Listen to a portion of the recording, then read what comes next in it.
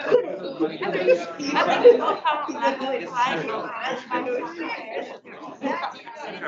have to worry about it. You can just leave memory around and let it slide by. It's Oh, not I like see. a Sure. storage. One of those things. Well, I want to write it if you want to. You can write it once in a while. He's always serious. It's still a more enjoyable experience. Can we have everybody's attention, please?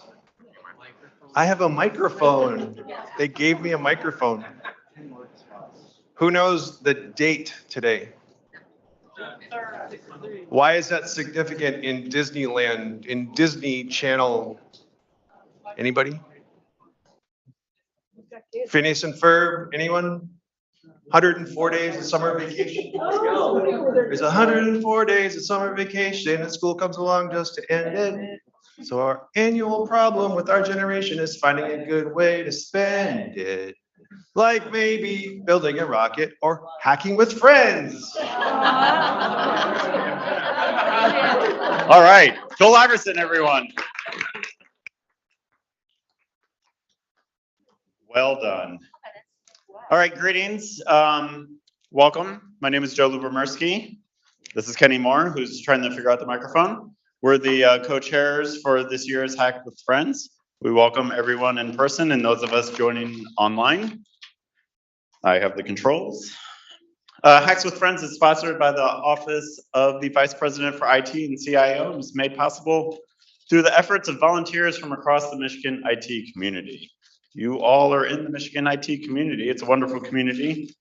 Hacks with Friends is one of the premier events. I like to say it's one of the premier events, along with the Michigan IT Symposium. There's also the Communities of Practice and the Mentor Program. So if you're not heavily involved with Michigan IT, consider this a very strong push to get you to participate more. Thank you for the planning committee. Any planning committee people in the room who's not tethered to a computer, please stand up so we can acknowledge you.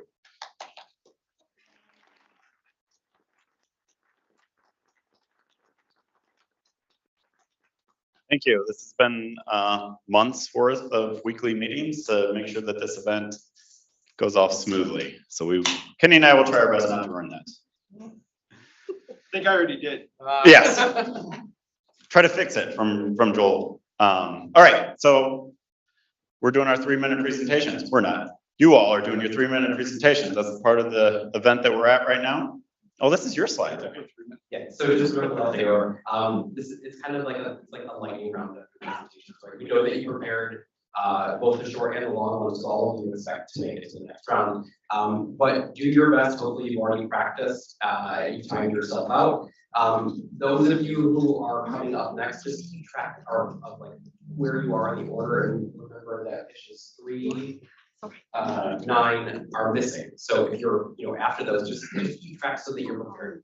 While you were sitting here, you are all obviously eligible to vote because you're participating. You do not have to go and register on the site, but keep track of them along the way because you're going to see, images, and sometimes it is difficult to remember exactly what. Take notes if you want to. Try to keep track of the ones you like because at the end, you will basically be asked one question, you go to vote, and there will be 14 options of which you just vote for 3. The top 4 get to move on. So just try to keep track while you're going through for your favorites, the things that you'd like to know more about.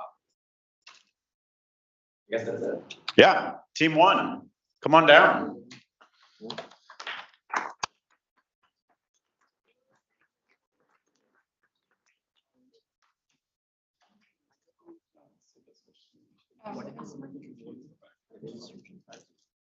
I'm Derek Keats, and my team was Chris Kretler and Jenny Belays. And it's called What's the Status? And it's about the ITS data warehouse.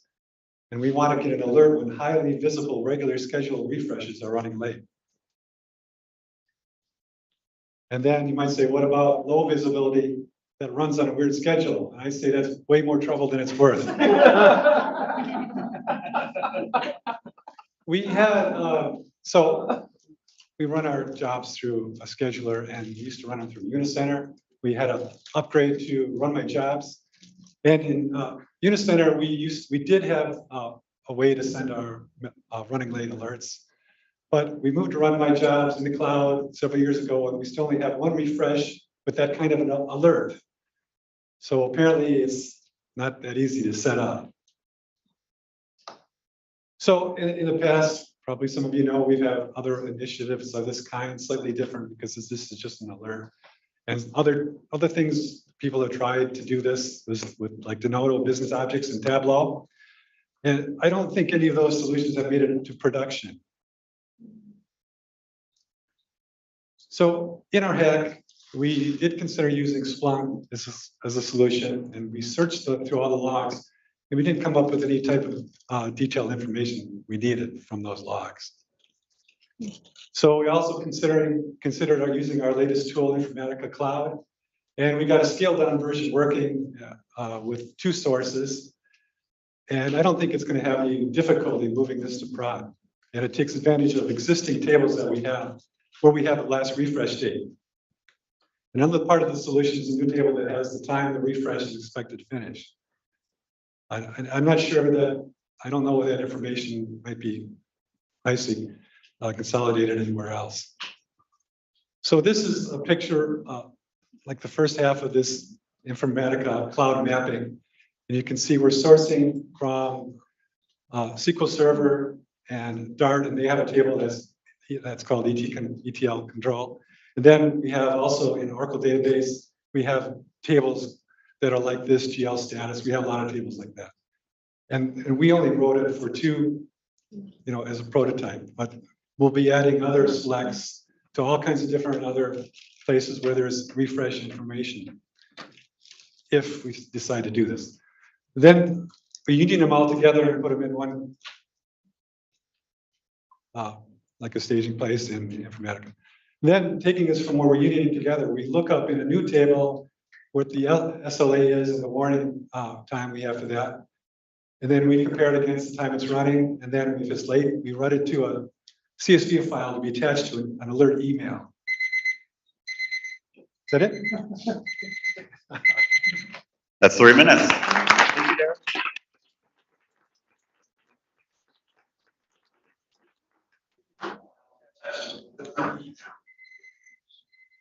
That was interesting. I don't know. Okay, hack number 2.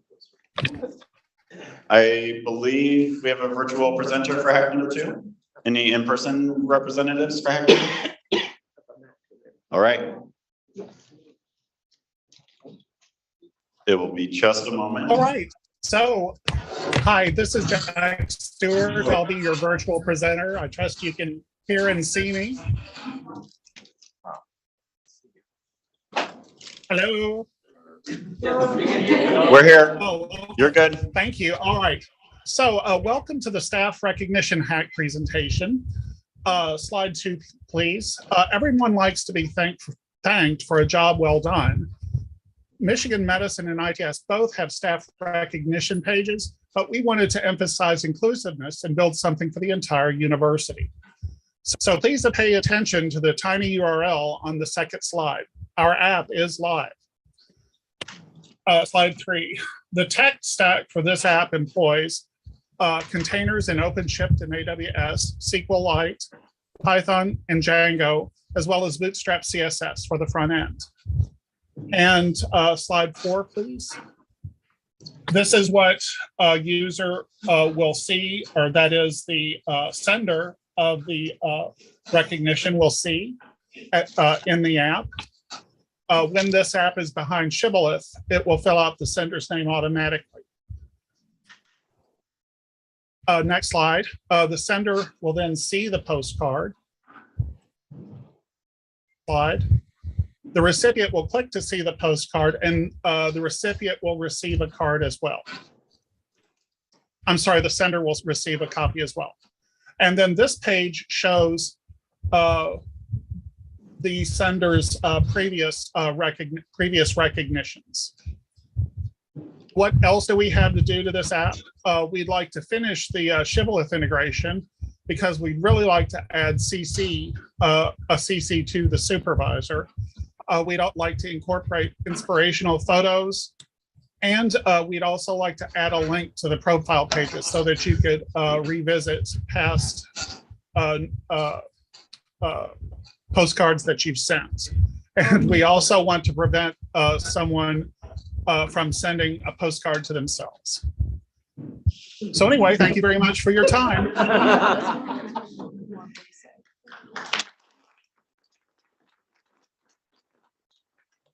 Jack, team 4 should be up next.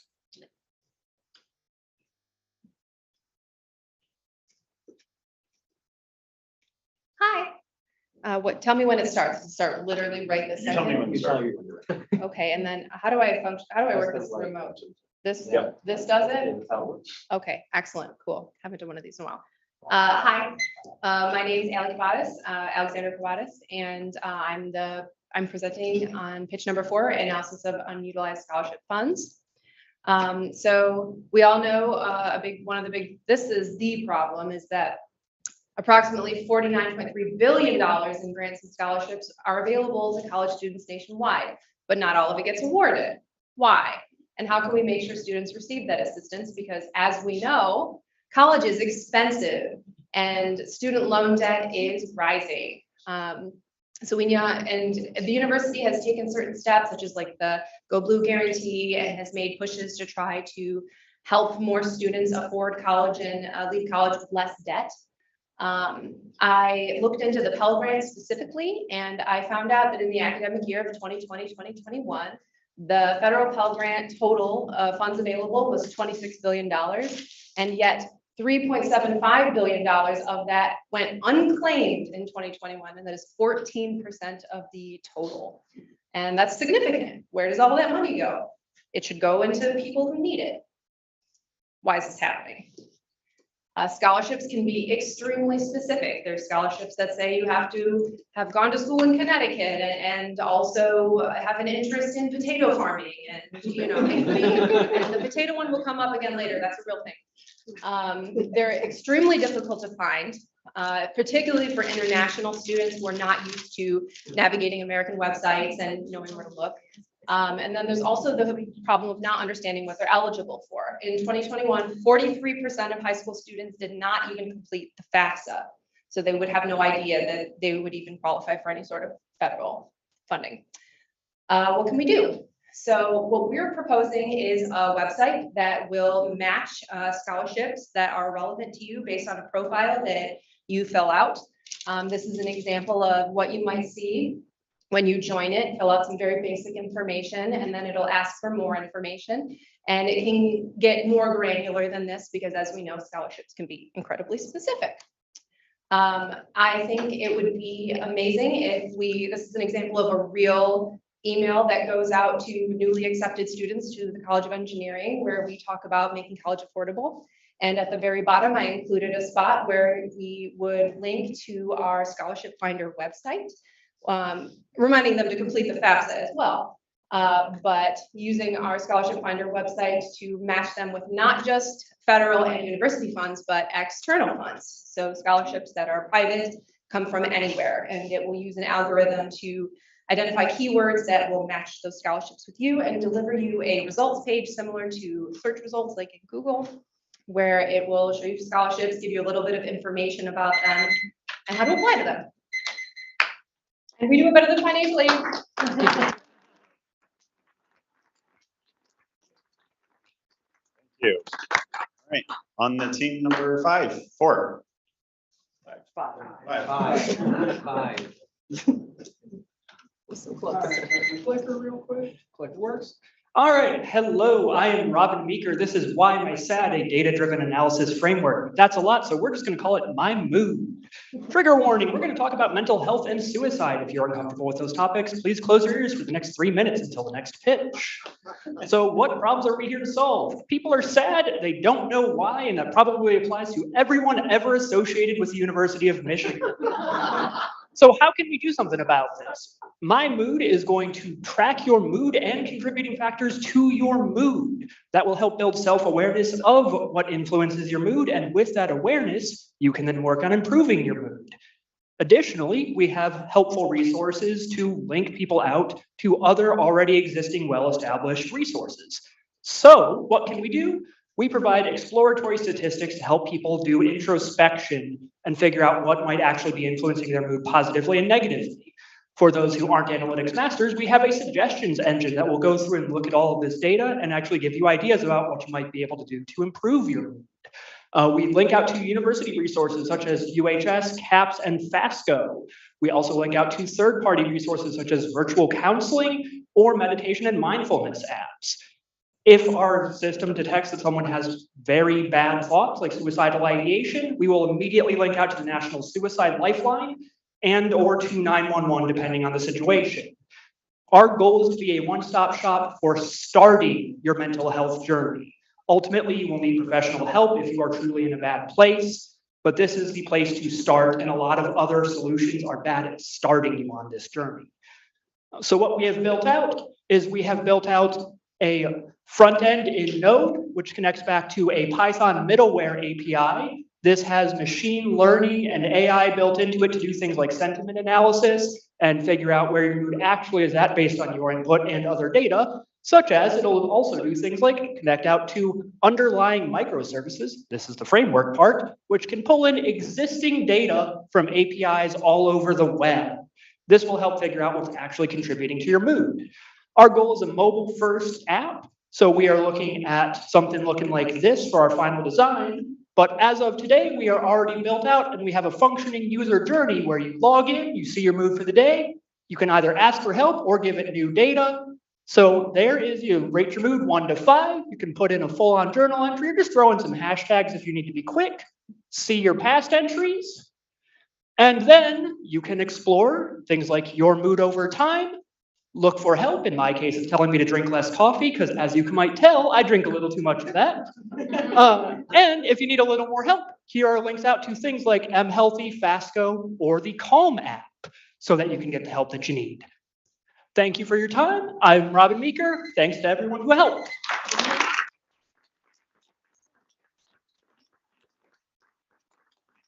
Thank you, Rob. We should be moving on to team 6.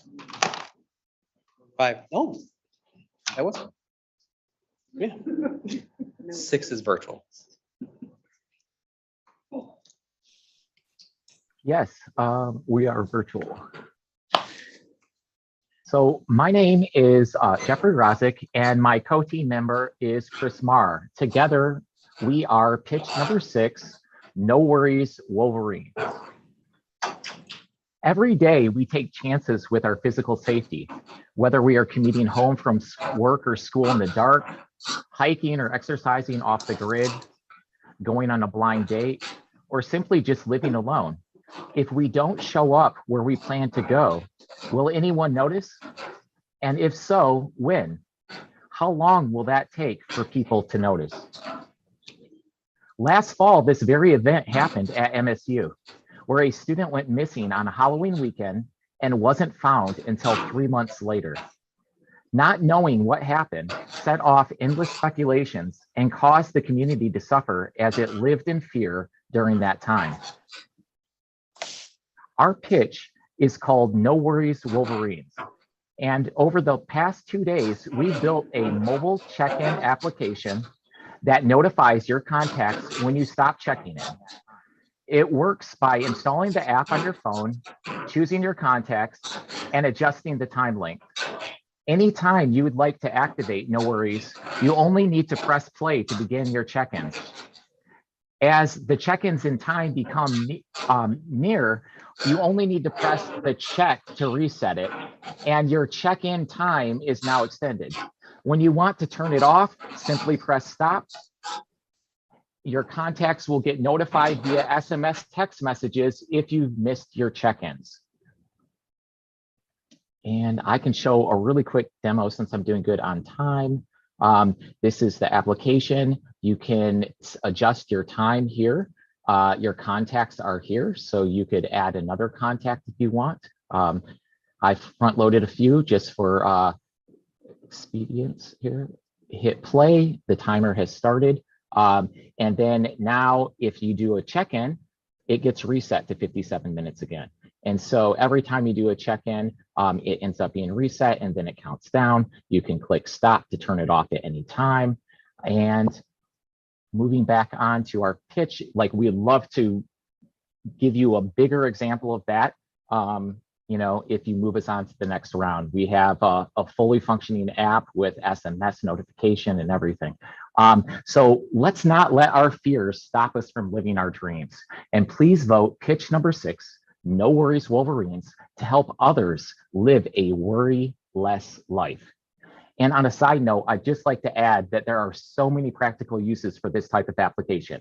For students on campus, for elderly living alone, for hospitals and clinics, the possibilities are endless. And we'd really love to demo this for you today if you vote us through, and we can go like more into depth on the SMS notifications and the messaging and all of that. So that's it.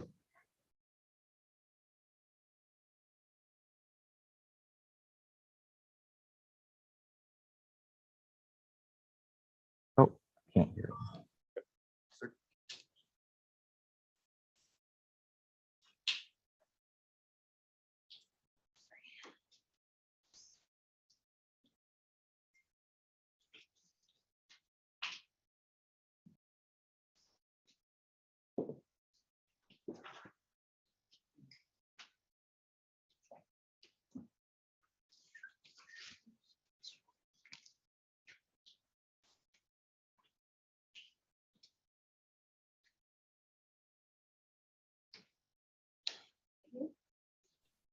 Yep, that's it. Did anyone hear?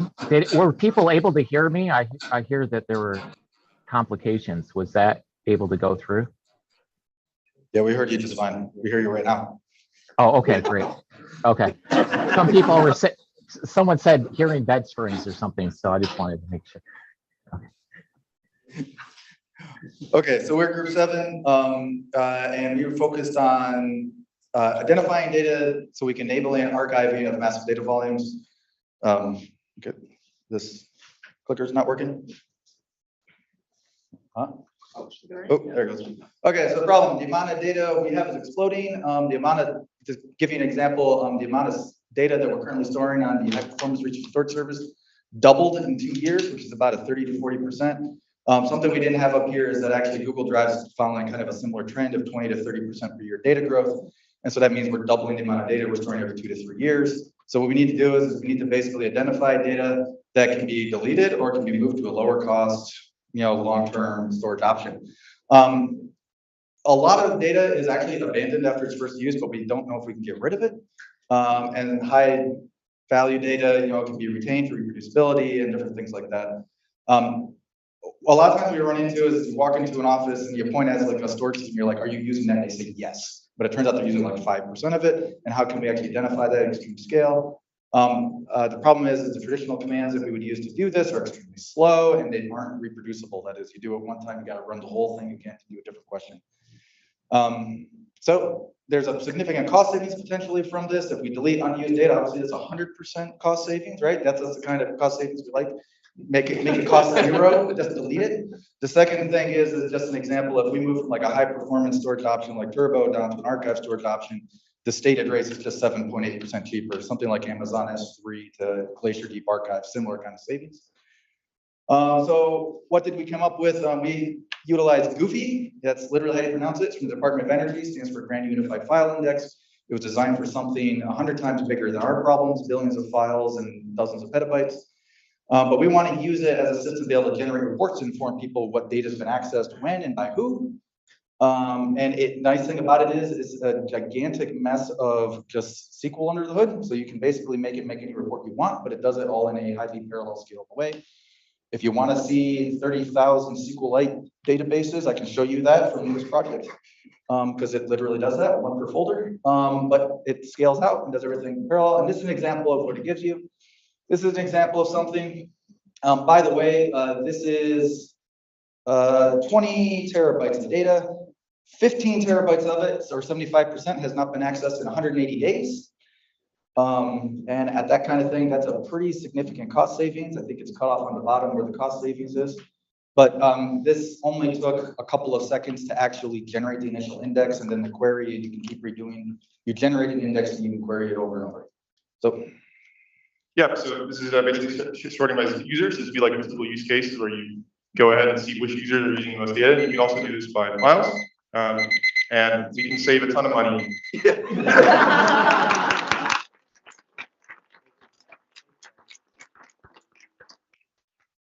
I think up next, we got team 8.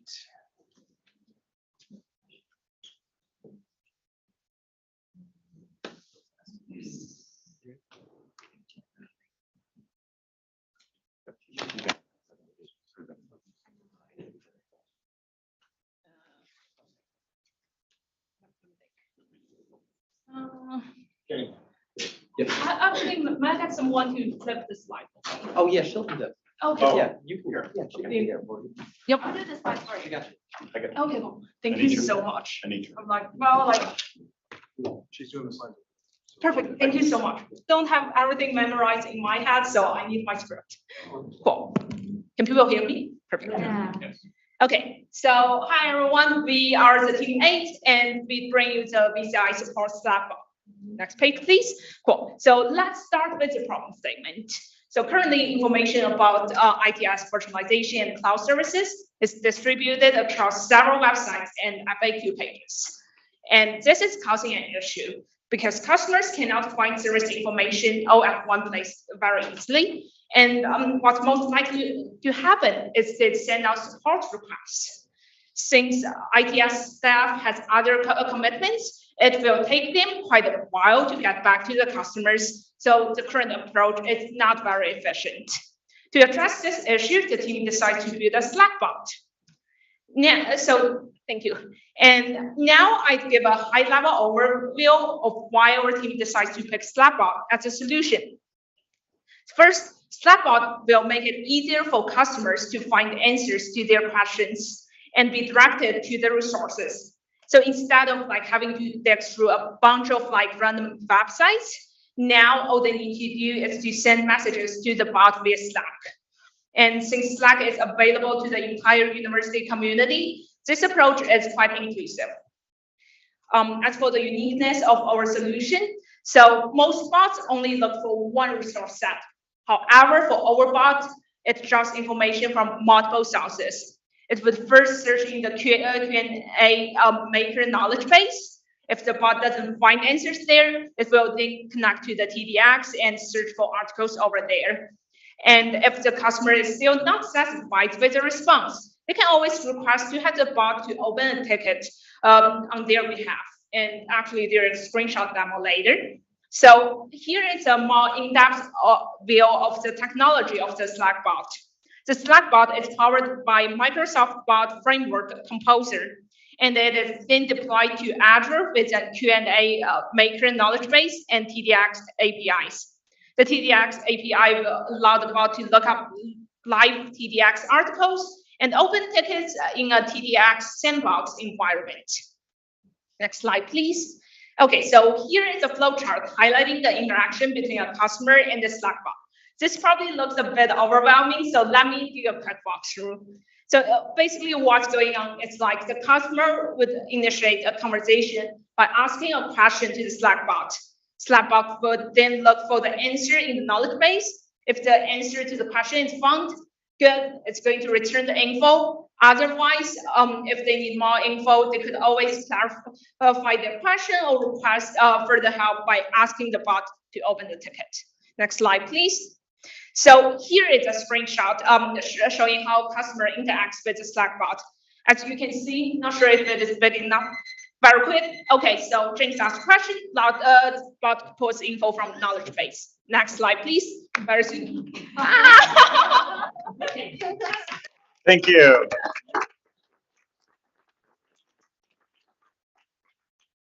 I'm sorry I had to do that. Okay, pitch number 10. So we have 1 in person and 2 virtual. Are we ready for that before the timer starts? We will not start the timer until you're ready. We're testing the limits of technology here.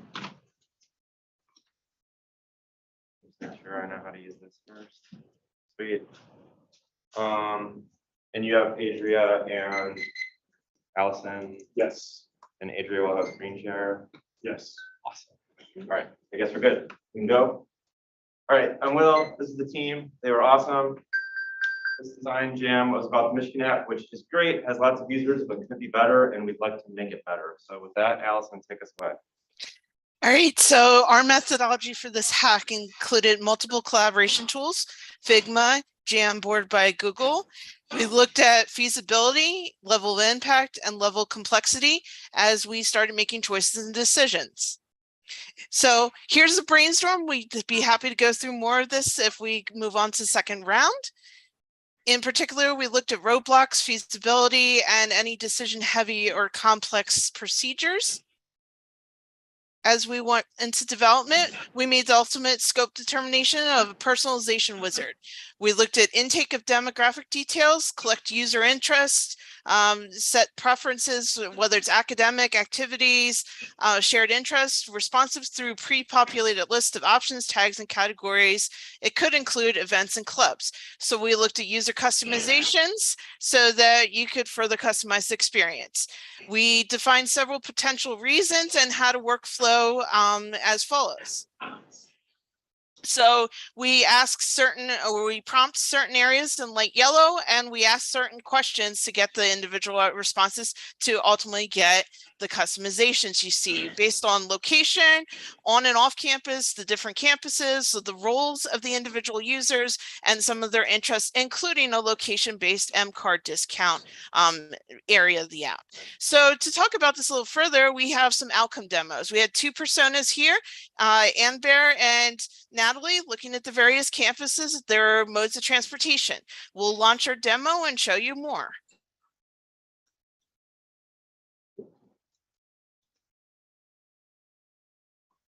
Okay, so this would be the slide that users will see after downloading the app. So our app is designed to be accessible, giving each user a experience based off of their preferences. So this app will be personalized based off of which campus the user belongs to, their on versus off campus status, their transportation preferences, their role at the university, and their individual interests. So all of this culminates to a unique experience, giving each user relevant information at their fingertips. So for example, if a student has interest in science, they will be recommended announcements off of their interests, events such as the Sky Show, which relates to different aspects of science, and they can select their favorite buildings, dining halls, and etc. And if you'd like to see more of this demo, please vote our team for team. Hop back to the slide. To our awesome last slide. This stuff's great.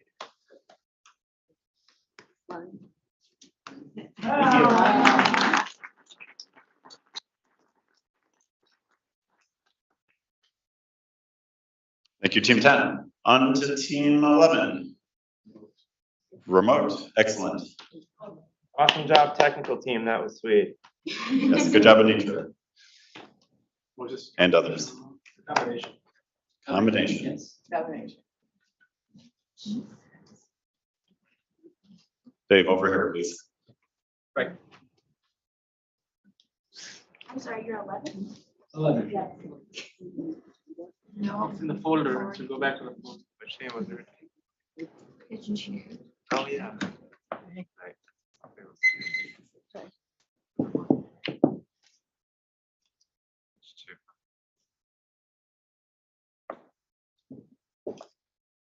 Which one is it? 11. Oh, there is one shortcut. Yeah.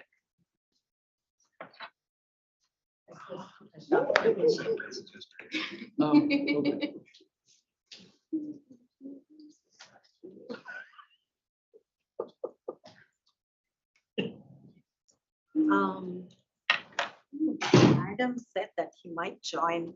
Yeah, I'm here. Oh, you're here. Okay.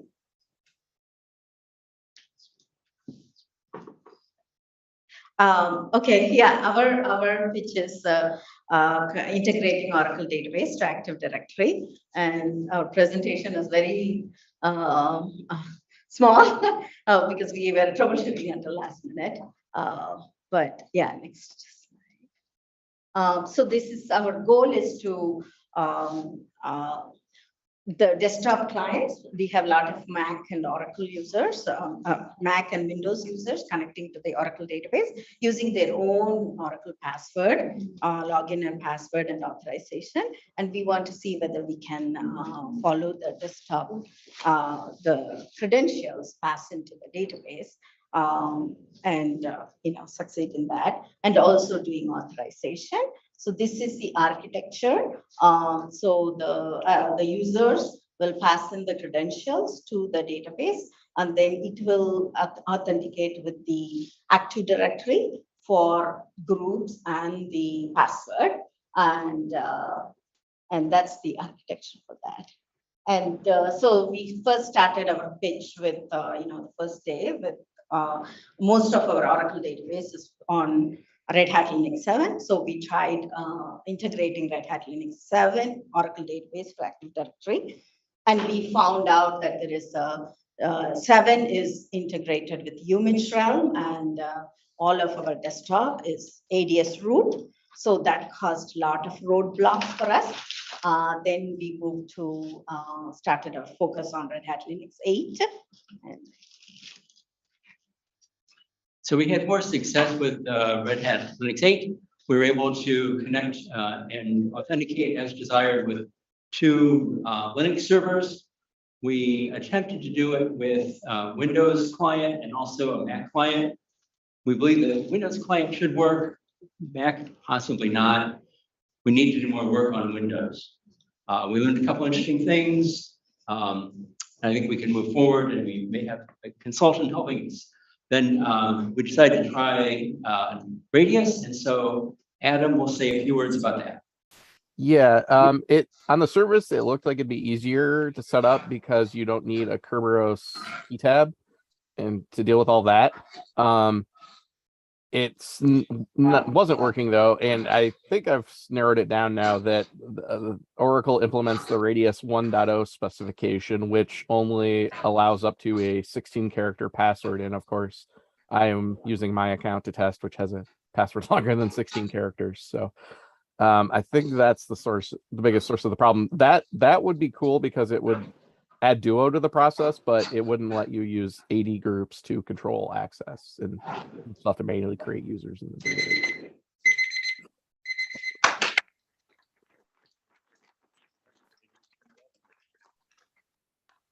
Moving on, team 12.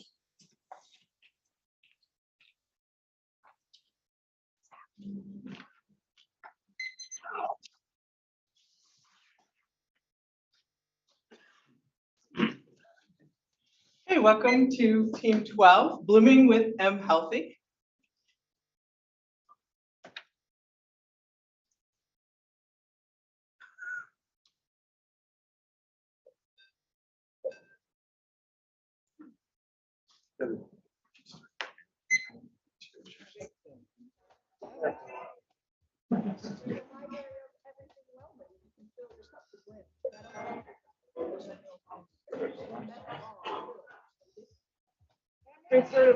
The nature. Go over. Oh, okay. But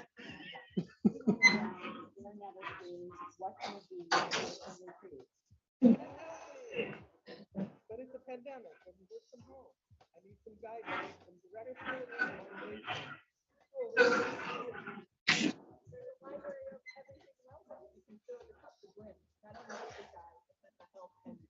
And best of all,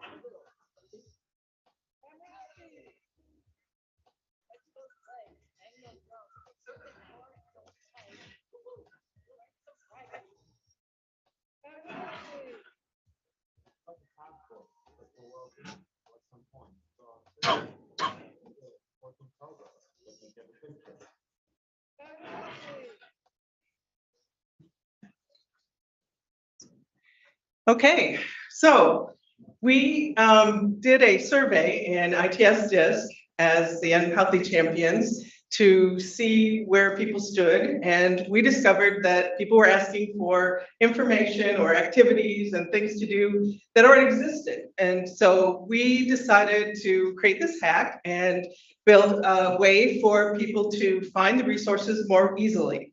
and track progress on working on them. So that was our focus. See if I can you advance, Anitra?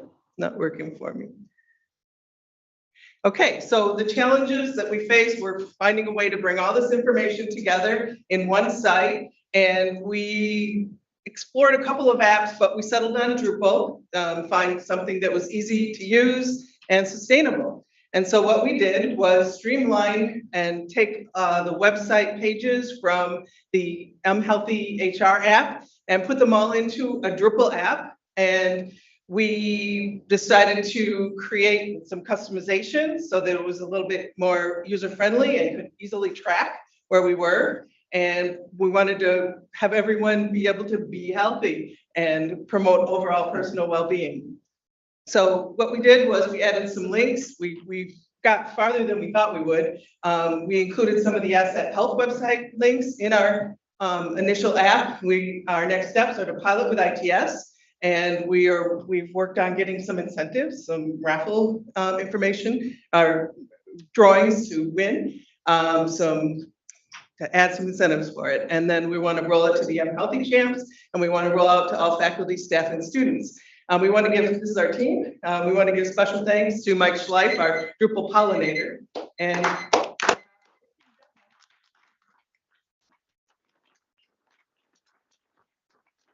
you, team 12. On to lucky number 13. 13. 14. 14. 14? Okay. 13 is over there. 13. 13. Yeah. Just want to make sure. It's just how currently eliminates. Okay, Caroline, are you there, Caroline? Yes, I'm here. Aki, are you there? No, okay, so you're gonna do Should we it. do planks while we're waiting? Okay, we're ready. There we go. Well. We're ready.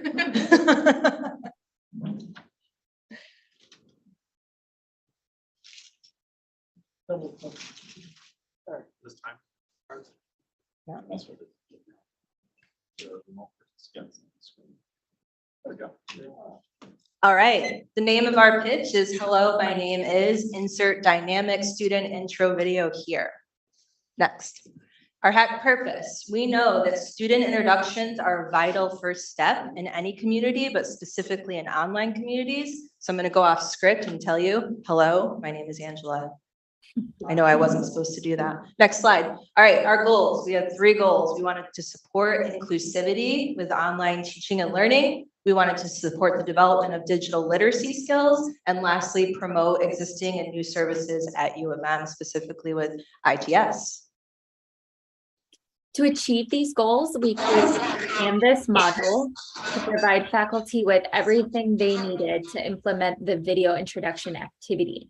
This module includes the rationale for using video introductions in a course, sample assignment descriptions, exemplar video introductions, scaffolded instructions for using tools in Adobe Creative Cloud Express, and on-campus resources to help students with their videos.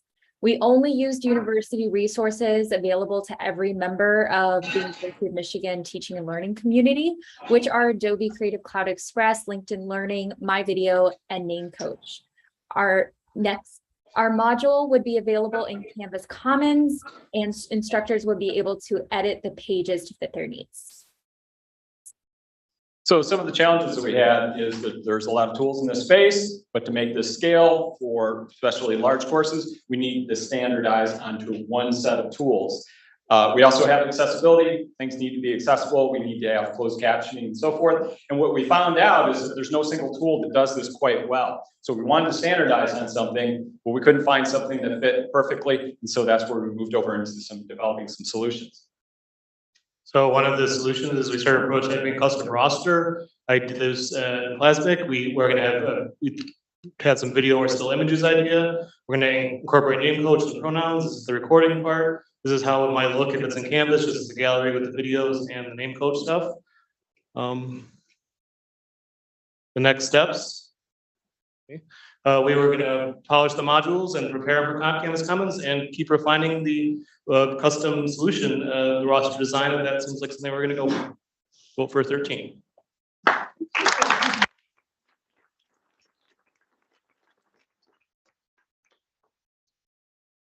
Thank you, number 13. Now we're ready for 14.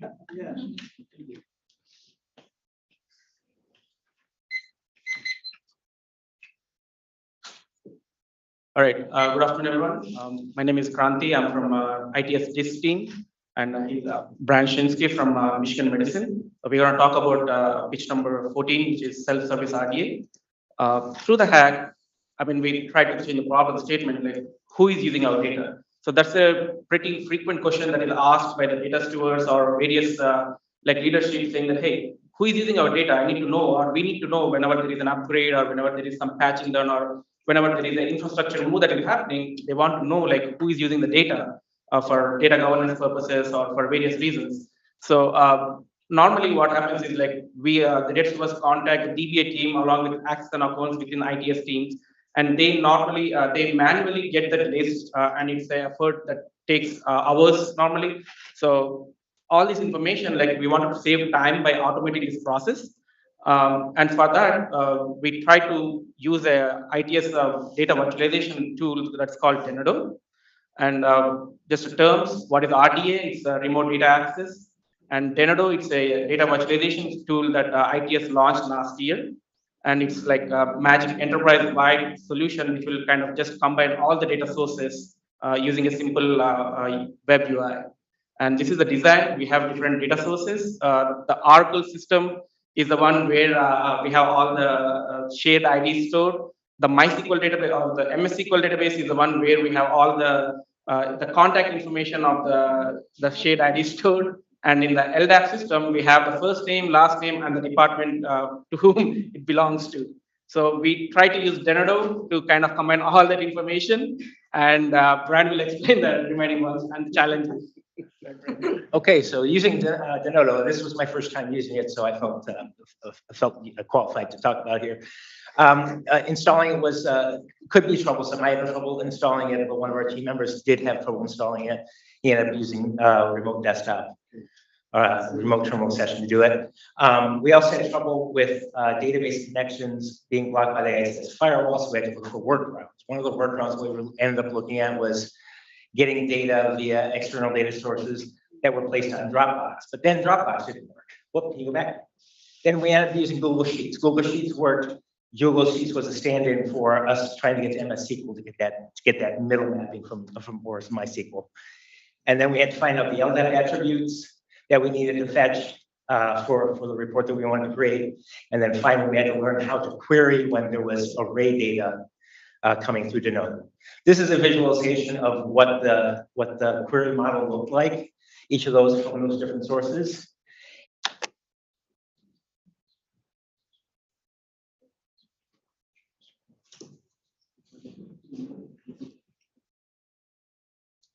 All right, so we are Ready Set Tech.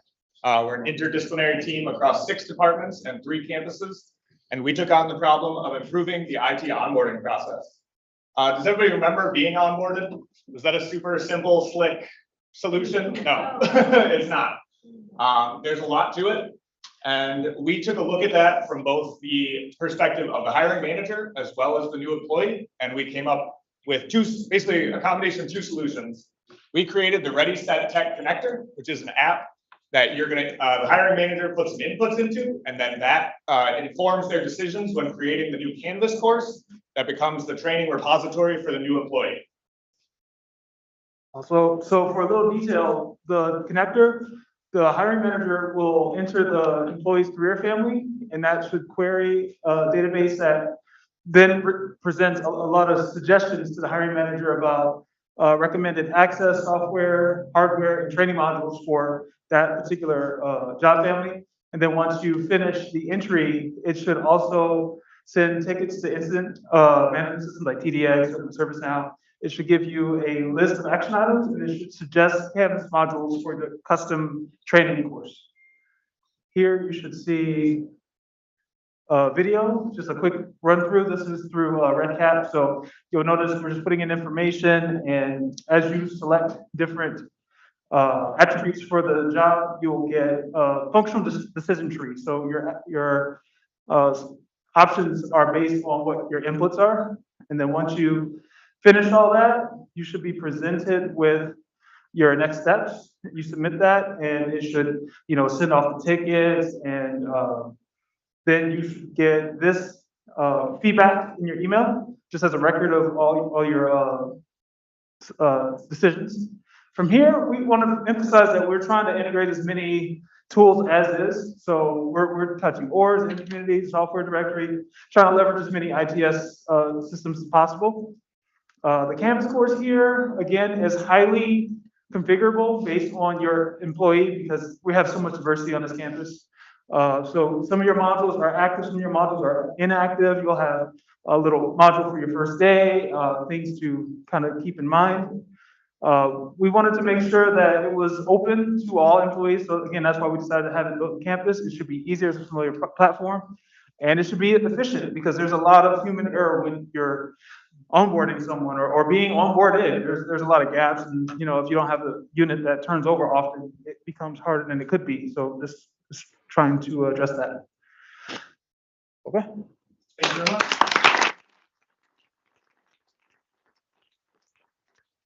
Thank you. Pitch number 16. Making his way over here. Hello. Just put it down. We definitely prepared ahead of time to connect with you about screen sharing.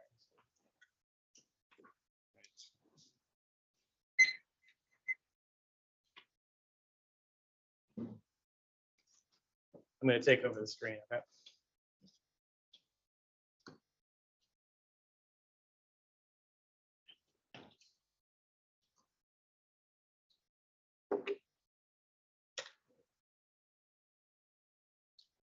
All right, do I go?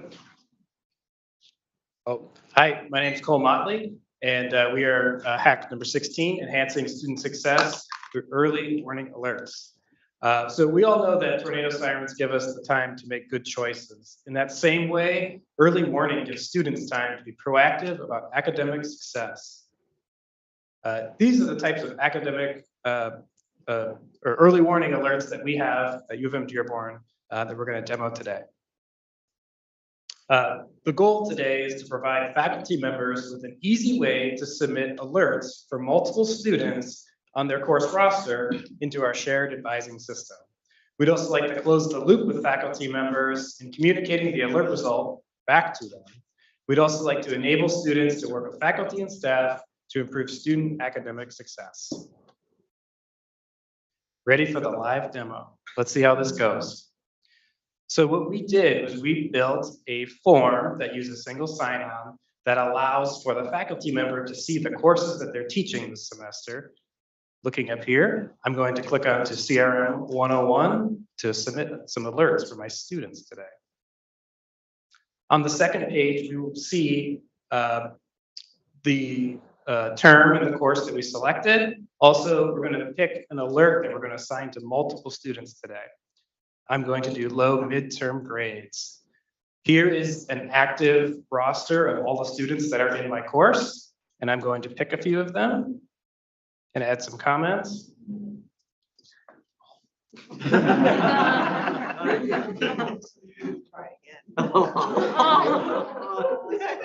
And now that we've selected the students that are having some issues, we're going to submit that into the system.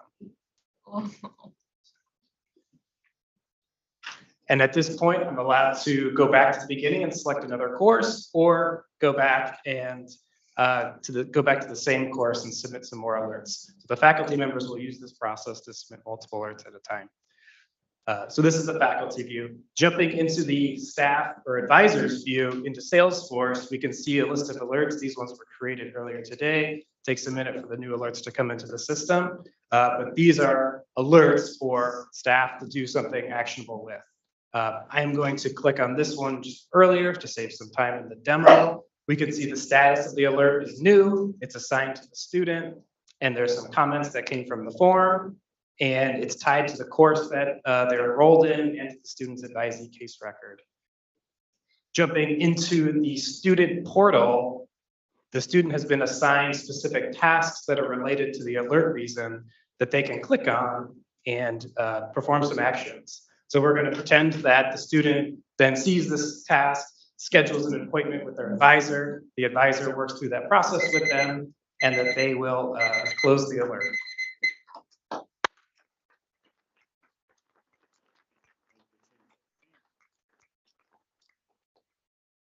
That should be it. So Anitra, if you can bring the slides back up. Voting should be, my co-chair left in the middle. So he came back, snuck in. We're good for voting. So in a second, the link for voting will be on the screen. And you can go vote. The results are not in. Voting is now open. So use the short URL, myumi.ch. Capitalization case sensitive, so please capital R, 5, PW, capital M. Vote for your top 3. You are allowed to vote for yourself, but you do have to vote for 2 of your competitors. We will allow a few minutes for voting, and then we're going to all go and take a picture. We need that back. You want me to sing again? Show of hands, who wants Joel to sing some more? That is not a majority, so unfortunately, we're not gonna do that. I will give you a friendly tip. On shortened URLs, if you add a plus at the end, it will show you what you're going to, so you do not just have to blindly click. There's your tip for the day. On shortened URLs, most shortened URLs, if you add a plus at the end, it will take you to a page that will show you where it is redirecting you to, so that you can see ahead of time if it is safe to go to that site. That's amazing. Yes. I'm gonna go vote now.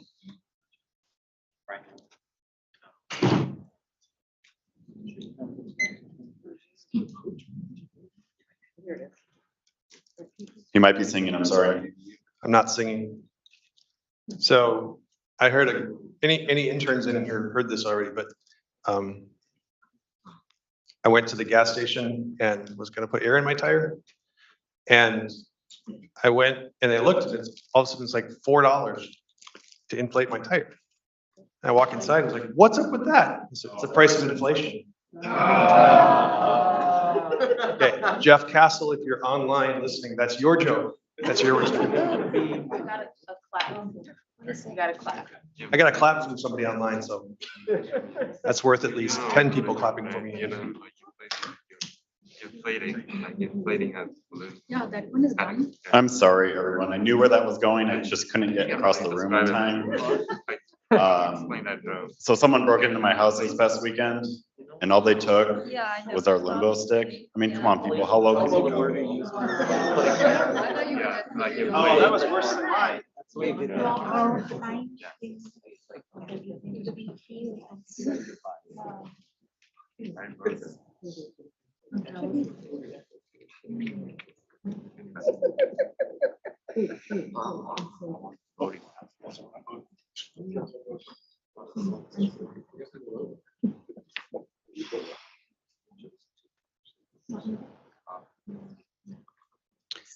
For those people who are done voting, if I could get just a couple volunteers to go out front and help dismantle the chairs We'll be here for the picture. table, like for like 2 or 3 minutes. That would be very helpful to the Hacks with Friends planning team.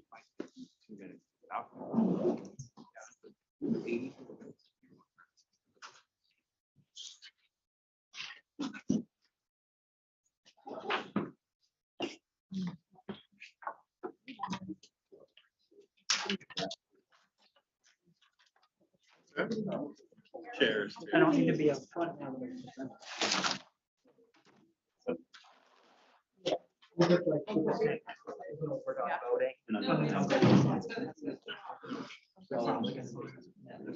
Like some view. Yeah. So we're trying to hang out. Right. No, we are. We just, they were already. Yeah. If you're hunting LinkedIn, you meow Yeah. found me. Yeah. Which reminded me to go update. Show me a test of the AQ emergency alert system. When you're in the class, you're so bad or awful. So bad.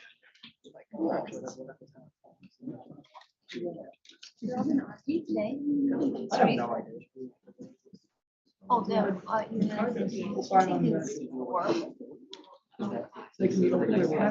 always been doing phone, yeah. This is my portable computer.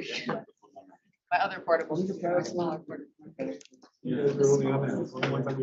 Yes, I know, and I'm so sorry, like, I forgot to mention that we were from different departments. I know that was like a key thing that we should have mentioned. Different size. I mean, I think it's, I mean, it's gonna be. Yeah, it just dependent on wasn't, server I didn't put and it on that, the right? slide. I know. It could be, but it could be a. The demo is actually. It was this. But I was the top person on the earth, like, yes. Me, I want to do that. Yeah, yeah. Maybe everybody else was like, A photo we from don't college. need that. Oh. We realized it late that like, oh, that one, yeah. Thank you. Oh, it's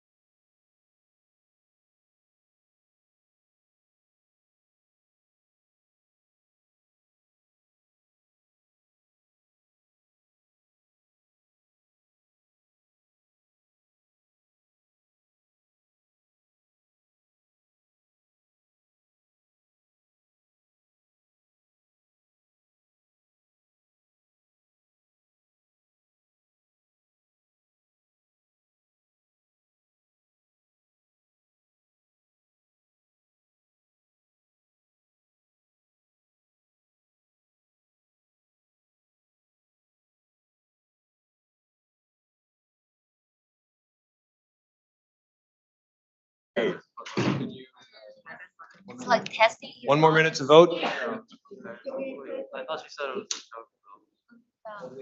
Does anyone want to share any experiences from hacks with friends? Positive or negative, anything they want to talk about? I lost a laugh. I lost a laugh.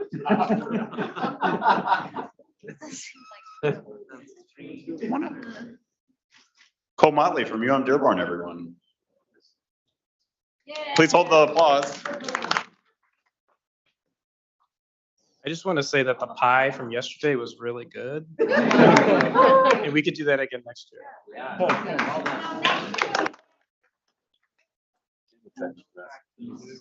By a show of hands, who picked their lunch yesterday by the pie? Excellent. And which ones of you were? I believe is the right way to do that. We do want to have it on the cookie. Okay. Yeah, it had this big, apple, berry. So there was a comment in the room about the size of the cookie of the lunch. Yesterday's cookies were provided by a non-University of Michigan dining service. And the smaller ones were provided by a University of Michigan dining service. I'm healthy, yes. We were trying to be healthy. I'm stalling for the voting results. just to allow everyone a chance to get their votes in for their top three, their favorite three. Personal story. A personal story. I have 4 children. Wow. It's a lot. For 2022, it's a lot. Back, 100 years ago, probably not. They're delightful. I have 2 of each. I'm an infrastructure person in IT, so I have 2 boys, 2 girls. We always think redundancy. If one of them turns out not so good, the other, you can just plug one in, keep on going. No, they're still all on the straight and narrow. They're 11, 10, 7, and 5. So we're still doing pretty good. It's when they start to diverge is when we'll have to pick the winning horse and put our money down on that one. I don't think they're watching. They could be. I've actually got them on the phone right now. Yes. Okay. This is great. Captive audience. I don't know what to say. Parenting tip. We did parenting tips last year. Yeah. So the timer that I was using, you brought me there. I don't know where the camera is because our AV person is sitting next to our co-chair. So I'll go back to where I think it is. Yeah, sure, it's good. The timing, this cheap timer is the timer that I use on long driving car trips to get to the kids that I stopped getting asked, are we there yet? How much longer? We punch it up, hand it back to them so they can just look at it and see how much time they have left. It helps. Well, we always add about 10%. Just so we don't have that problem. Yes. If you can solve the bathroom thing, you'll be all set. Yeah, I got at least one. Co-chair, how's the, please end it. Both the voting and this. Into the mic. He'll get there, Joel. It's okay. Okay. In no particular order, I'll go by pitch number. Our top 4 teams moving on. Pitch number 4, analysis of unutilized scholarship funds.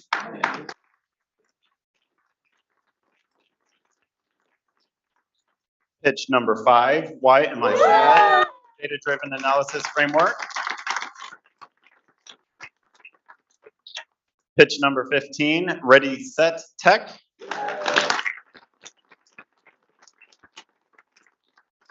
And pitch number 16, enhancing student success through early warning alerts. Congratulations, top 4, and everybody else for making it through Hacks with Friends. We are all going to go out near the pond, not in the pond, for a group picture. Our photographer will be providing instructions right now. Now I have to prepare presentation. All right, actually, if I had you do what I thought we were gonna do, you'd be all looking into the sun, so we're gonna avoid that. I'm gonna go stand on the loading dock, and I want everybody to, there's a little bit of a knoll there by the sidewalk. Just cluster as comfortably as you can to each other, preferably with masks off for a photograph, but I understand if you wanna keep it on. And I will try to pull you into the frame as much as possible. I do have an 18mm lens on this, so I can go pretty wide, but if we could all head up that way, that would be great. It should take only about 5 minutes or less. It'll probably take us longer to get us all out there than to take the picture. Oh,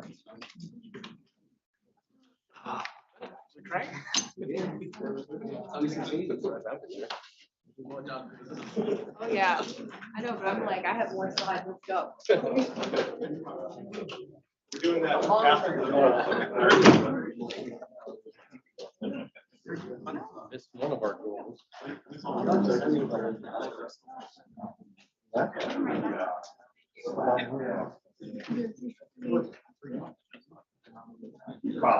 Oh.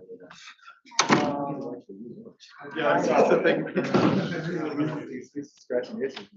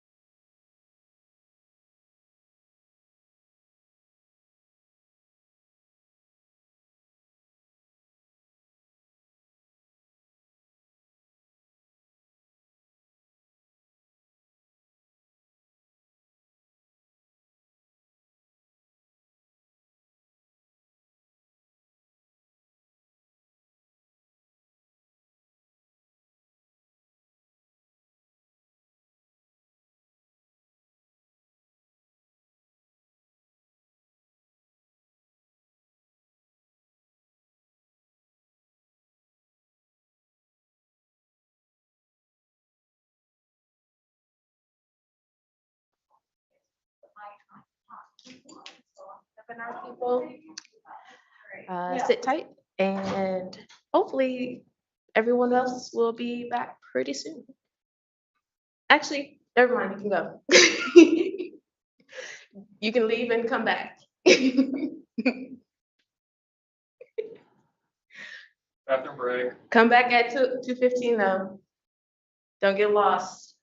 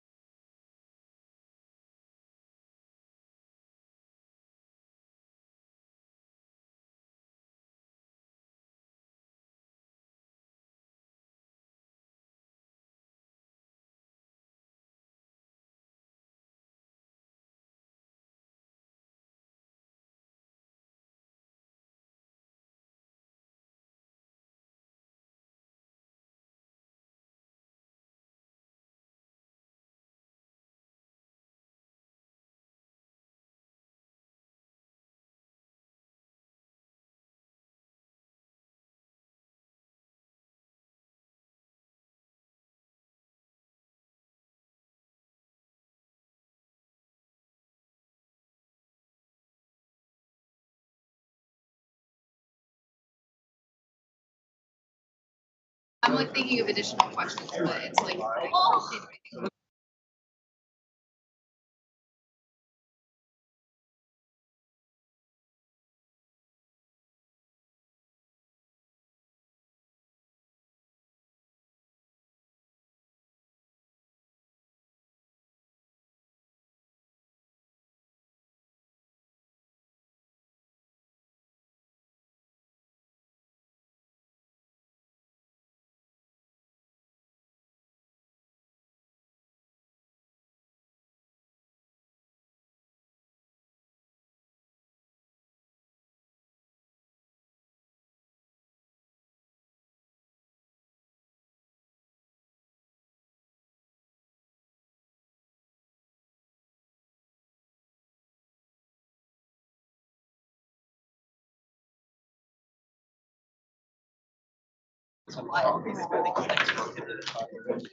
Welcome back. For those that took a break. I'm trying to click and it's not clicking. And I hope everyone had a good break.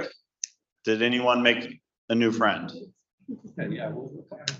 Okay, I saw at least one hand, so thank you, IT professionals, for stepping out of your comfort zone and talking.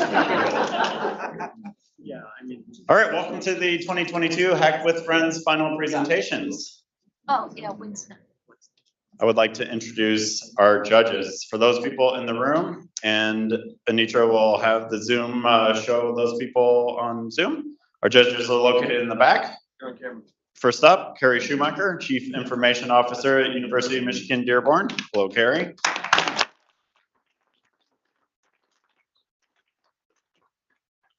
To her left, Nick Jackson, Director of Information Technology for the School of Public Health in Ann Arbor.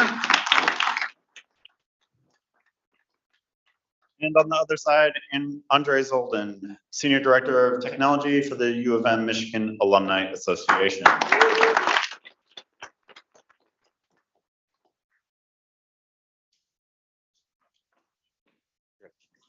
All right, so this is the part of the day that you've all been preparing for. Each team will now have 10 minutes to present their pitch. So while the 3-minute pitches were kind of a whirlwind and try to whet your appetite, this is the time they're going to get in depth and kind of show you more of what their pitch and presentation can actually do. The judges will, after this, will take that rubric and will deliberate in a secret location, which is across the hall. Not so secret, but while they do that, we're gonna let them be first in line. They're gonna take their ice cream and then you guys will also get your ice cream to enjoy while they deliberate and decide and determine the winners. And we'll all come back together and announce that after. Oh, we doing that now? Or after? Yeah, we'll do that after. We do have a People's Choice Award is 100% determined by all of the votes earlier. So literally it'll be the percentage winner from the most popular vote from the 3-minute pitches earlier. I think we're ready. Yeah.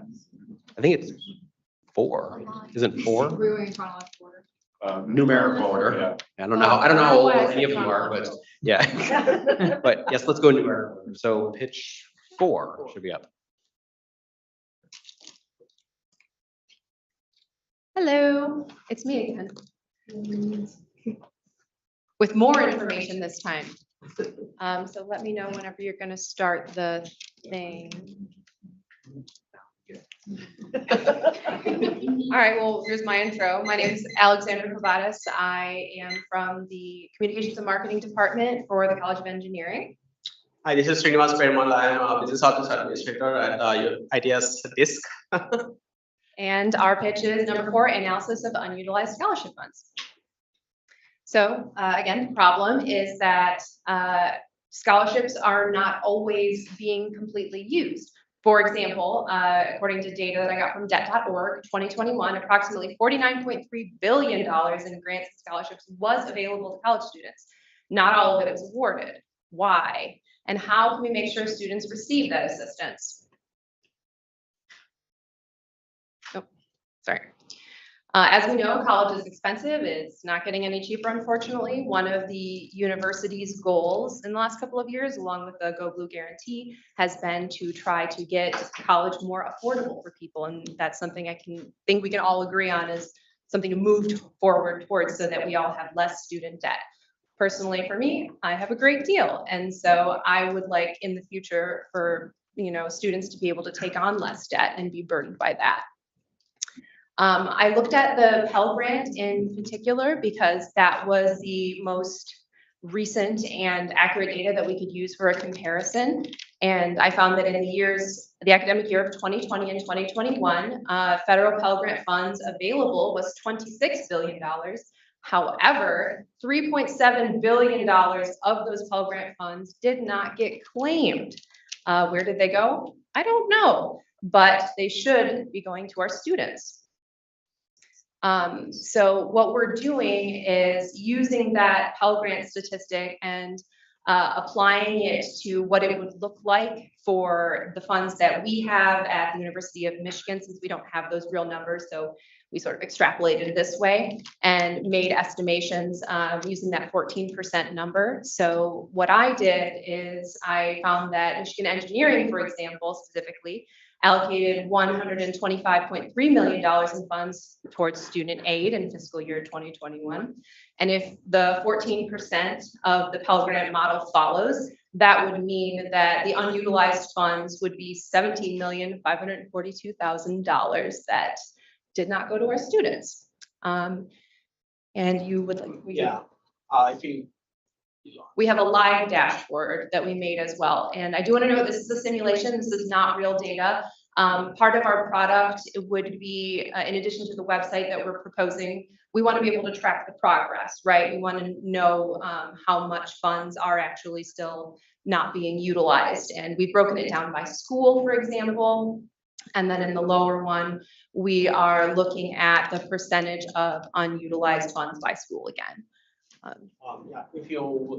There's a filter area where you can select a couple of schools randomly, and you will come to know the total amount of funds or grants that this particular school received. And in the drill down, you can see the list of organizations which are sponsoring these grants or scholarships and the percentage of utilization. Like if you hover down on the lower maze bar, like you will get to know the average unutilized percentage of funds.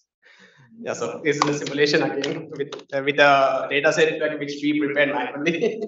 So because we do not have the real data due to the challenges to get it from. Right. Thank you. Can we return to the slide? Yep, thank you.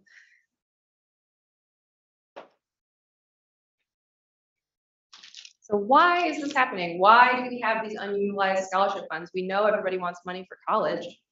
There are a couple of main reasons. Scholarships can be highly specific, geared towards very specific things, very specific majors. You came from a specific ethnic background. There's a lot of need-based ones, but it can get extremely granular, and I will show you some examples of that shortly. Another problem is that scholarships are difficult to find, particularly for international students who aren't familiar with how to search for things in American websites and what's available to them. They can't fill out the FAFSA, for example. Not understanding what they're eligible for is another big problem. In 2021, 43% of high school students did not even complete the FAFSA.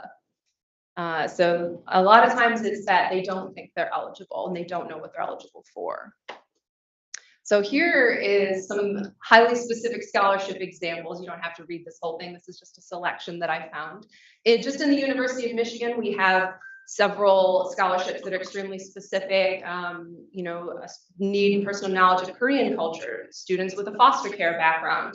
And then I included one at the bottom that has a lot of different specifications. You have to have a specific major, you have to be in a specific year of school, you have to have an interest in working in the software industry in the state of Michigan after graduation, very specific.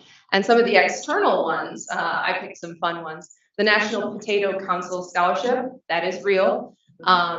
It awards one scholarship to a student who's conducting current research that will benefit the potato industry specifically. So we have some very niche scholarships that are available to people that are not being utilized. If you don't believe me, I went to the National Potato Council website and someone from Michigan State University got it in 2012. Good for you, Michael. So what can we do? How can we address this problem? We propose creating a website that will, students can create a profile on this website, and using the information in it, it will match them to scholarships that are relevant to them. This first one is just a very basic page where they would create their account, for example, and there'd be additional fields where they can enter specific characteristics about themselves. This is non-exhaustive because there are many different specifications that could be used.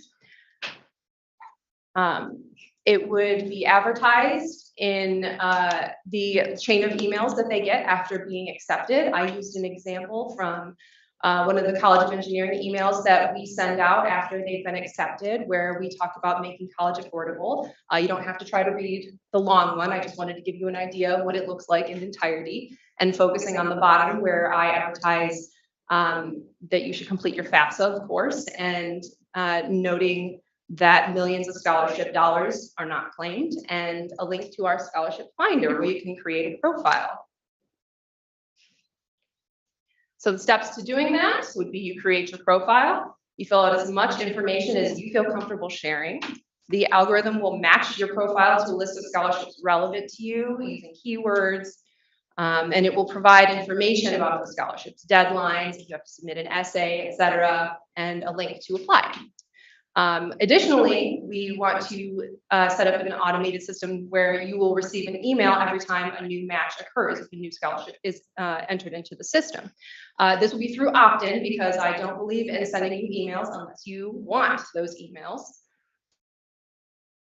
And here we have a bit of architecture. Yeah, I would like to talk about this. There are like three major data flow process here. The very first layer, like we'll be collecting the data from different schools, like we have at UFM, and there are some data which will be collecting from the external sources such as like scholarships.com or FastWeb or such some other websites like where we have this information, and so the last one is the data which will be collected from our proposed new website. And we would like to blend all of this information in the data virtualization tool where we create a data model and the data model has several information like what are the list of organizations which are sponsoring the grants and scholarships, and next one will be the percentage of disbursed and the percentage of utilized and everything. And this information like will the end user categories will be two. So one kind of end user category will be the Office of Financial Aid, where they will be having a chance to analyze the data of percentage utilization and everything by using the Tableau dashboards, like which I just shown you. And the other one is the next solution, like by using a business objects reporting tool, like we have a feature called publications where we can automate the emails by collecting the data from this data model from the data model. And the results of this matching scholarships on the website, that means the data from all these sources, and we have some logic in the business objects to match the users like with the scholarships they are eligible for, and that business objects publication will also develop an email when the new matches are.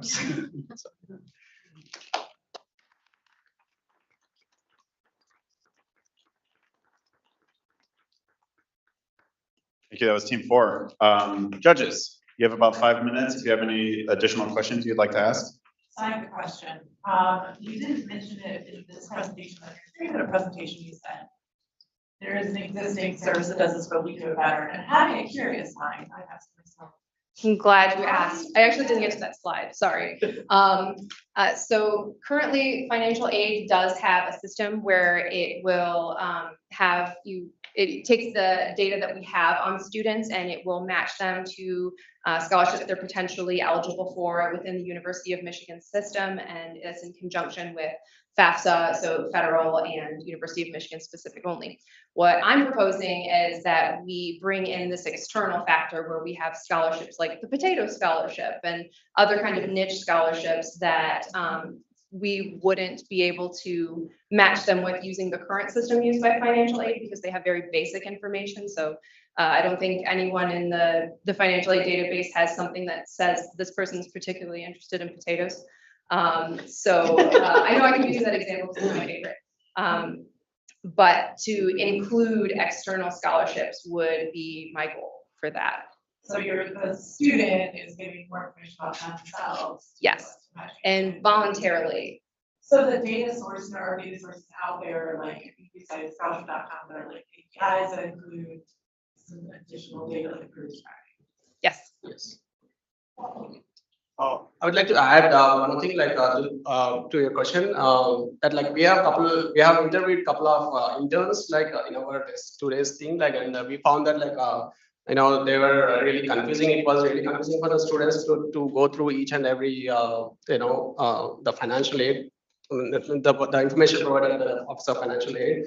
And at the end, like they they missed to attend, missed to apply for the scholarships. And like I think like this will be experienced by many other people. Like I have a personal experience. My nephew who is from Canada, like was trying to apply for the College of Engineering, but like he got lost like to complete this application for the scholarship. So.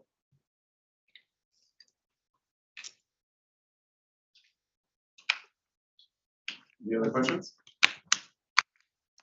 Team 4.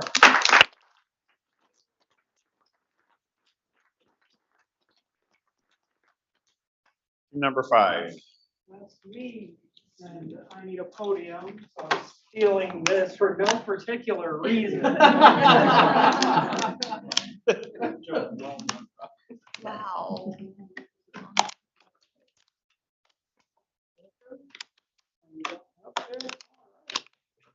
Hello, hello. My name is Robin Meeker. I'm here representing pitch number 5. Title, Why Am I Sad? Subtitle, a data-driven analysis framework. Subtitle, Don't Let Engineers Name Things. Because of that, we decided to choose rebrand to the app name of My Mood. Once again, a trigger warning. We're going to be talking about mental health and suicide in this presentation. If these topics disturb you, I'll be done talking in about 10 minutes, so please tune back into the stream then. So, what is our problem that we are addressing? Mental health and subjective well-being is a continuous struggle for a lot of these. This isn't something that folks can deal with on their own, and so we're trying to build resources to help. One of the big issues is that many folks don't know why they aren't doing well. They might know, oh, I'm having a rough time, but trying to figure out the root cause of that is a long process for a lot of folks. And it's hard to even really get started on the road to better mental health a lot of the time. So we're hoping to try and help that. And while this could apply to basically anyone, we're specifically looking at users who would be at the University of Michigan, either as students, staff, faculty, or potentially community members, because we're utilizing UM-specific resources. So how do we do what we do? How do we make a difference? We are going to be allowing for a greater self-awareness by, we're trying to track moods across a variety of contributing factors. And this can be basically anything from user data entry or from some of the connected data sources. This lets us have greater self-awareness of what is in fact influencing our mood. So self-awareness is the first step to being able to improve oneself in any way. One of the techniques we're utilizing is journaling the moods, and by having those data points, that by itself is automatically going to increase your awareness. And as I generated some example data for this project, just the act of typing it down helps start me towards thinking better. We can then do some exploratory statistics and some analytics through our suggestions engine. And basically, this is going to help us look at those contributing factors and try and get to the bottom of, what's actually influencing our mood. And in those bad cases, if the user is reporting a very low score, or if they input certain keywords that might indicate more urgent help is needed, or refer them to more appropriate, more urgent resources.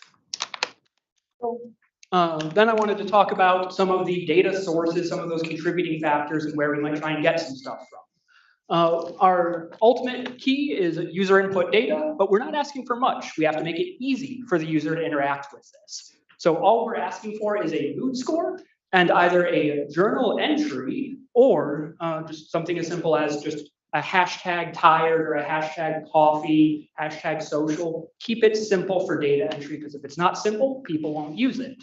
However, following that theme, we're also connecting out to alternative already existing data sources, such as all my workout data is already in Google Fit. We'll just connect to that API, pull that up, and we can already pass along how many steps I'm taking in a day if I did workouts, all that good stuff. And we're using spacing for sentiment analysis of usual journal entries so that our machine learning and AI model, thanks machine, can actually look at those journal entries and get useful information from it rather than just here's some words. Our goal as a framework is to be able to connect out to other data sources already on the web. So we can take this information gathered, pop it in Google Sheets or a database, but we can also ingest data from, say, social media has APIs. We can reach out to Google Search for our suggestions engine, get already existing good resources on the web to refer people to. Maybe you have seasonal affective disorder. Is there a difference between if it's sunny or not sunny on your mood? That's something we can add into our model. We can go look at what food you're eating, see if every time you eat cabbage, you then report that you're feeling sickly. Maybe you have an allergy you don't know about. Or, again, this is a framework, serve the user, allow for user suggestions for more integrations that we could build.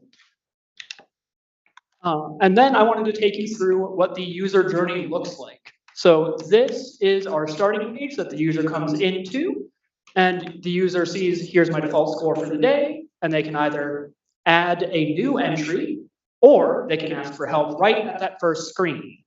You can then see, our users coming in, they're rating themselves 3 out of 5 on that graphic. But we've put in an actual journal entry here, which, is an actual rating of 1 out of 5 because we were having a bad day. And unfortunately pulled a 1 out of 5 journal entry for a 3 out of 5 there, but it's a mock. And, then they just hit show me my score. That submits our data. And our user can then see here is past data that they have entered so they can see at a glance what they have put in. And basically our goal here is that we want to start our mental health journey, not necessarily finish it, but we want to give those users tools to explore what's influencing their mood. And we want to be able to take that and then expand on it. So we then have the suggestions engine for those of us who aren't so great at introspection. And basically this is using some AI and machine learning magic that some of the devs on my team are good at. And we can take those data sources I was talking about earlier and automatically suggest, hey, every time you drink coffee, you say you're having a bad day 2 hours later, maybe don't drink so much coffee. Or we can go ahead and send them out links to articles about, say, you've never put in a hashtag meditation. Have you considered trying that? Maybe that'll be good for your mood. Lots of people like that. Here's an article about it to learn more. Take advantage of those already existing resources. And what this looks like for the user is you can see we're trying to provide easy visualizations where the user can see, okay, May 30th, my mood score was down to a 2 right there. Clearly, I'm on an upward trend. Whatever I'm doing right now must be working. But we can also pull in other analytics down here where the user can just swipe through and see, oh, how's my sleep impacting it? How is my activity impacting it? How's my food intake impacting it? The goal is easy, clean visualization so that users can just kind of look at pretty charts and not have to think too hard. That's the goal of the suggestions engine. And this whole thing is make it easy to have basic insights that can lead to that deeper introspection. And if you decide you need help, here's some examples. I talked about the coffee one earlier. Here down below, it's also talking about sleep and money because, when I input some data, I was real worried about money at the time. We've now hit yearly performance reviews. I'm less worried about money. But then we also, again, link out to already existing community resources. A lot of things try to do too much.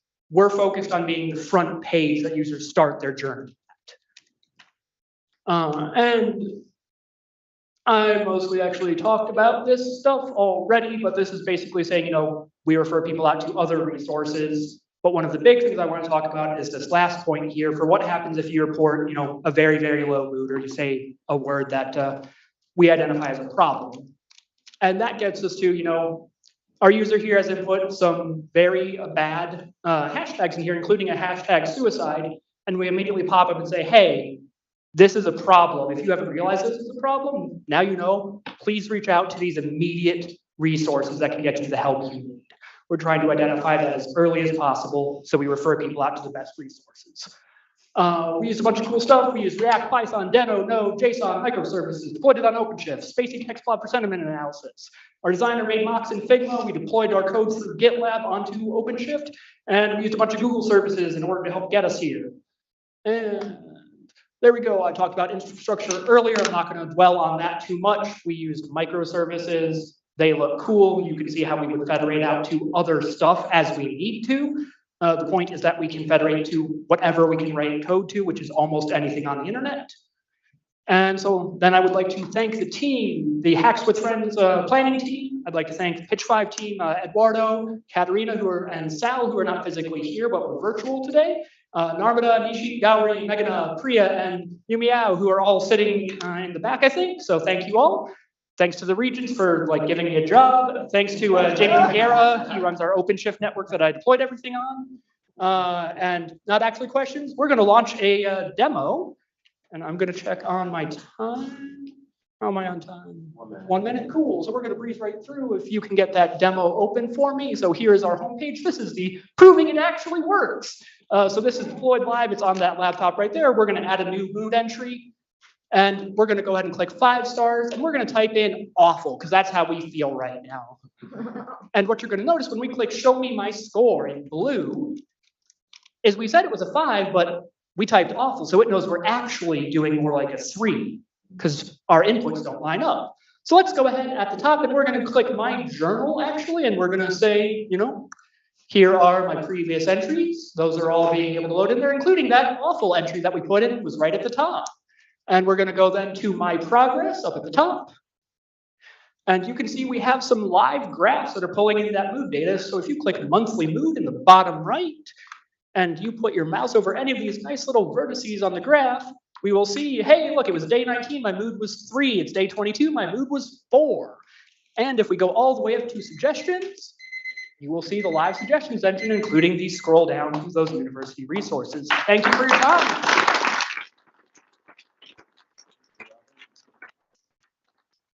Our esteemed judges, do you have any questions? Not a question so much as an observation of impressive body of work in a day and a half. Would encourage you to think about even beyond the impressive kind of array of integrations that you're thinking about, but something that's close to home, maybe the presentation, pitch numbers, the advising, the student advising piece from your point of view. Yeah, I will say that that's, again, I will highlight the user suggestion portion of the integrations. Everyone's mental health journey is different. And if we say that we as designers or we as developers know what is best for any individual mental health journey, then we need to get off our high horse and listen to what the users need. Absolutely, I cannot agree more. I'm suggesting that there could be a useful link between student advising and what you're working on. Absolutely, absolutely. Of course, permissions and student choice in this example could be another feed to absolutely. our academic. Thank you for the suggestion. Any other questions from the judges? All right, then I'll turn it over. Thank you. That could be the 5 + 16 super hack. All right, team 15, you are up.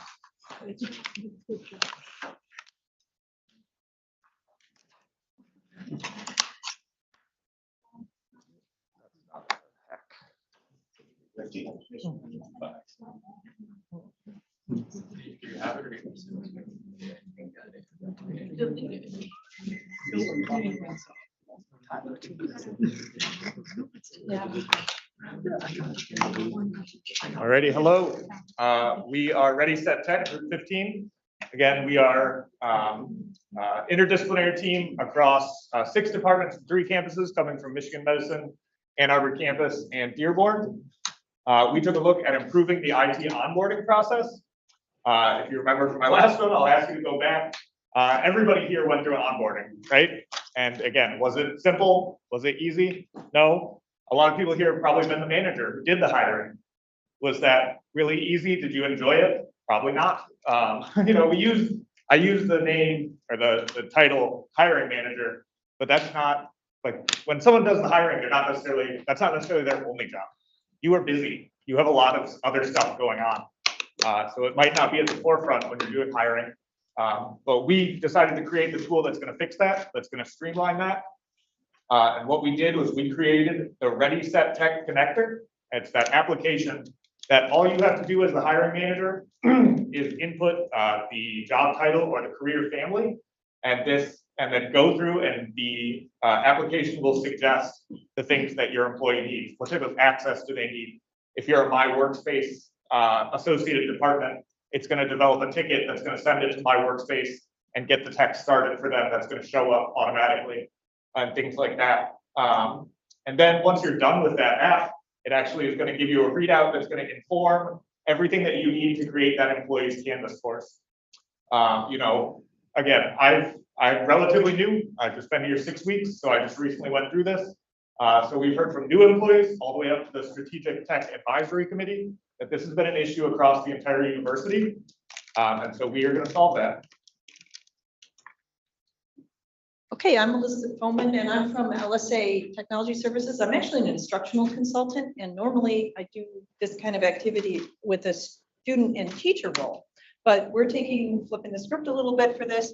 And so when the hiring manager in the teacher role, the supervisor, imports this template from Canvas Commons, they have the ability to add, or students can add themselves. Next slide, please. Oh, duh. Okay, all right. And so once they import the Canvas template, they have all of the options in here. And then the very first portion of that is before the first day, and this is for the supervisor. So the supervisor's in the teacher role in the course, and Ready, Set, Tech is the second choice that they make. So the first choice is they bring in this template. Then they're going to click the Ready, Set, Tech tool that we've developed, and that's going to inform how they set up the rest of this Canvas course for their employee.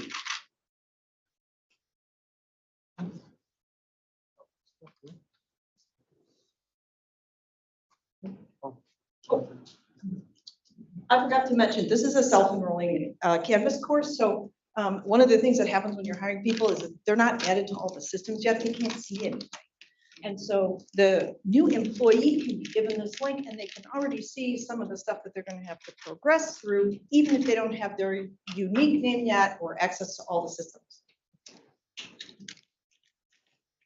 Okay, so going a bit into the detail of the Tech Connector tool, we're looking at the hiring manager entering the career family into the application. The career family is supposed to align with what one may find in the Career Navigator, so that we're using shared definitions across the university. From there, the Tech Connector will present a list of suggestions and recommendations for comparable positions. So if they are an IT manager, they may get access suggestions and software suggestions for how they build out their hardware, software, and training. Versus if they were a graphic designer, they might get suggestions for like the Adobe Creative Suite. So it's meant to try to align with the job family, at least in the beginning, but also this tool is meant to be a bit more responsive. So it's not just, again, like the developers choosing what goes with what job family, but as the hiring manager goes through and clicks and makes these decisions, it is also saved in a database so that it can be informed for the next new hire, if that makes sense. Okay, and then the action items again, it would be integrated with multiple systems to send tickets when necessary. to present the action items, and to have the Canvas course module suggestions. So this is the same video we had earlier. I don't know if it's going to autoplay. Okay. All right. So as the hiring manager, you're entering your information and your employee's unique name. You choose different attributes on the employee, like what campus they're working with, what job family, what hardware and software configurations they may need. And this is a functional decision tree. So again, it's based on the input and existing data profile of that job family. So this form input here is saved for the manager. And like I said, it's also saved in the Tech Connector database, allowing for data-informed text suggestions for new hires. So basically, as we use it, it gets better. Okay. This tool is also aiming to elevate the hiring manager customer experience by streamlining the IT portion of employee onboarding. Again, we all have stuff to do, and this is always just added work. So the more we can automate it, the better. Lastly, with this slide, I want to highlight all the different integrations. So like, if you say employee needs certain information, the Tech Connector would suggest, okay, here, you may want to go to ORS to make those suggestions or requests.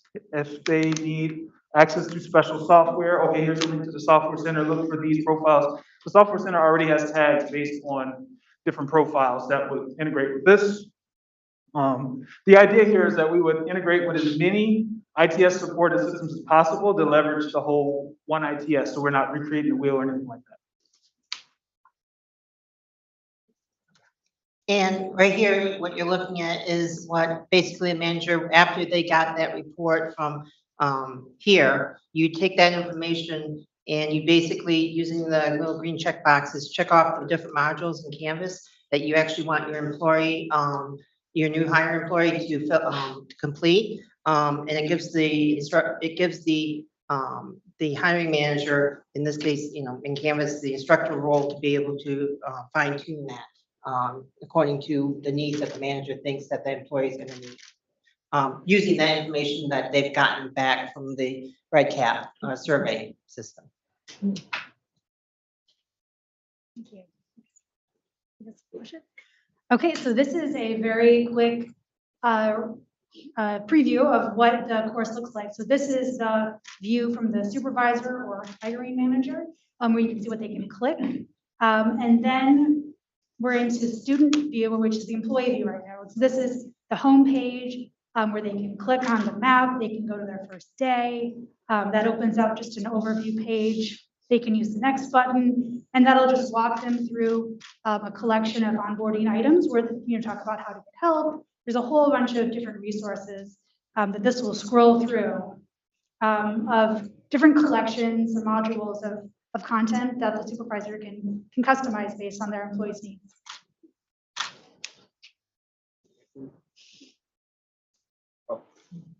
Okay.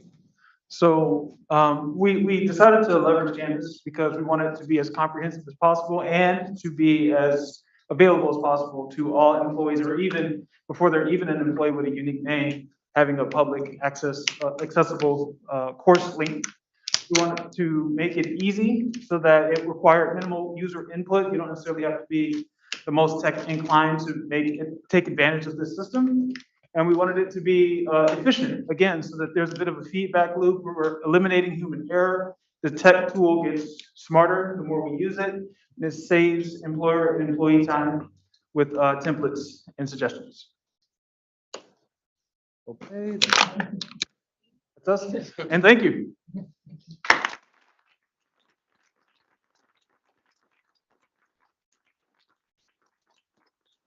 Questions? I have a question. This idea of using Canvas to do the onboarding of staff, is that a new idea, or is that something that some departments have done already? So in my experience, I used to work at Michigan Medicine. I went through onboarding there, and now I'm in ITS. I've gone through this onboarding. I hadn't used, and so I had not been exposed to Canvas, so I don't know if it's been used yet. I know that Michigan Medicine uses a lot of M-Learnings, so we kind of took a page out of their book. But I was presented with just a static sheet of paper that had learnings that I had to search for and figure out, and then I had to go back to my boss, and she had to get me access to them. And so we kind of jumped off from that into Canvas and said, your boss will give you all this access, and you will just have it and be able to go at your own pace for the most part. I'll just add, I know that we have Canvas people in the room who could answer this question. I know it's been used extensively for other, I mean, obviously, courses, but training. And another thing that really stood out to us, though, was the ease of use. I mean, I have never used Canvas before today or last night, yesterday. So like, it was the ease of use that really led us to this. I just wanted to add too, I'm in HITS, so I've only, at U of M working here, I've only been at Michigan Medicine. Kind of dittoing on what was said earlier with the, limited exposure to Canvas. First time I used Canvas, just getting even into the system was at this hacks. So got fairly comfortable with, putting together both on the manager kind of instructor role and then playing around it with as student/employee role. It kind of shows you, how the learning curve isn't that steep for someone just starting out with the system. So, and yeah, ditto with the whole learning thing. That's what Michigan Medicine basically kind of uses for their training. So this would be beneficial because it's a campus-based solution, and then all 4 campuses could utilize it and have a common repository instead of maintaining their own little siloed IT information things.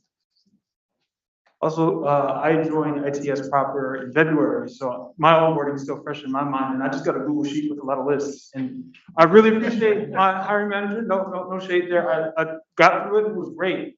But I also used to work extensively in Canvas, and it is a learning management system. I mean, that's what we should be leveraging instead of all these disparate different approaches. So I think this is a tool that's uniquely suited.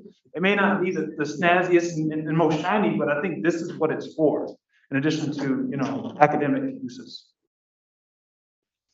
Thank you for that. Again, impressive body of work for a day and a half. Very good. Quick suggestion maybe, or another observation perhaps, that light bulbs go off in my own brain, which is I can see a tool like this, a solution like this, utilized not only for new hires, but job changes, career changes, promotions and advancements and so on. When one might assume new responsibilities, a similar onboarding process should take place, which often does not. As far as Canvas, I do have a question about that. I think I understand, and I don't know if I missed something from your presentation. Forgive me if you already spoke to that. But what happens with content that needs to be part of an onboarding process or a orientation process for say for 6 months of your employment? That is not in Canvas. Content that is not easily moved to Canvas or created in Canvas. SPGs, meetings, other pieces of onboarding. So I can take that. We actually did a little rough cutting and pasting from some of the ITS support websites into the Canvas platform and just kind of tested to see if it would link out to those things. And it does. You can also embed Google Docs in there. A lot of folks using Google Docs because it's actually easier to keep a Google Doc up to date as opposed to your website.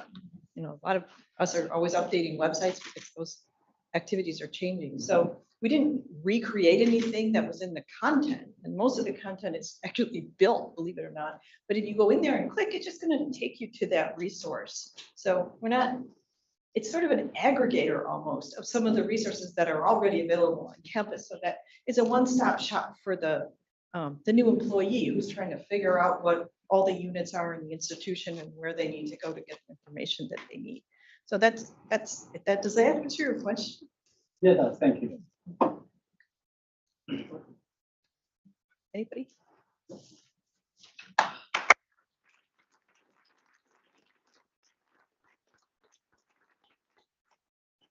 Thank you, Team 15.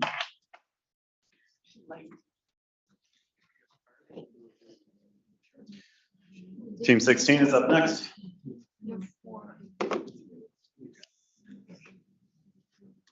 Hello again. Did it take over screen sharing again? Do I need to announce that again? Scavenger hunt. It's happening.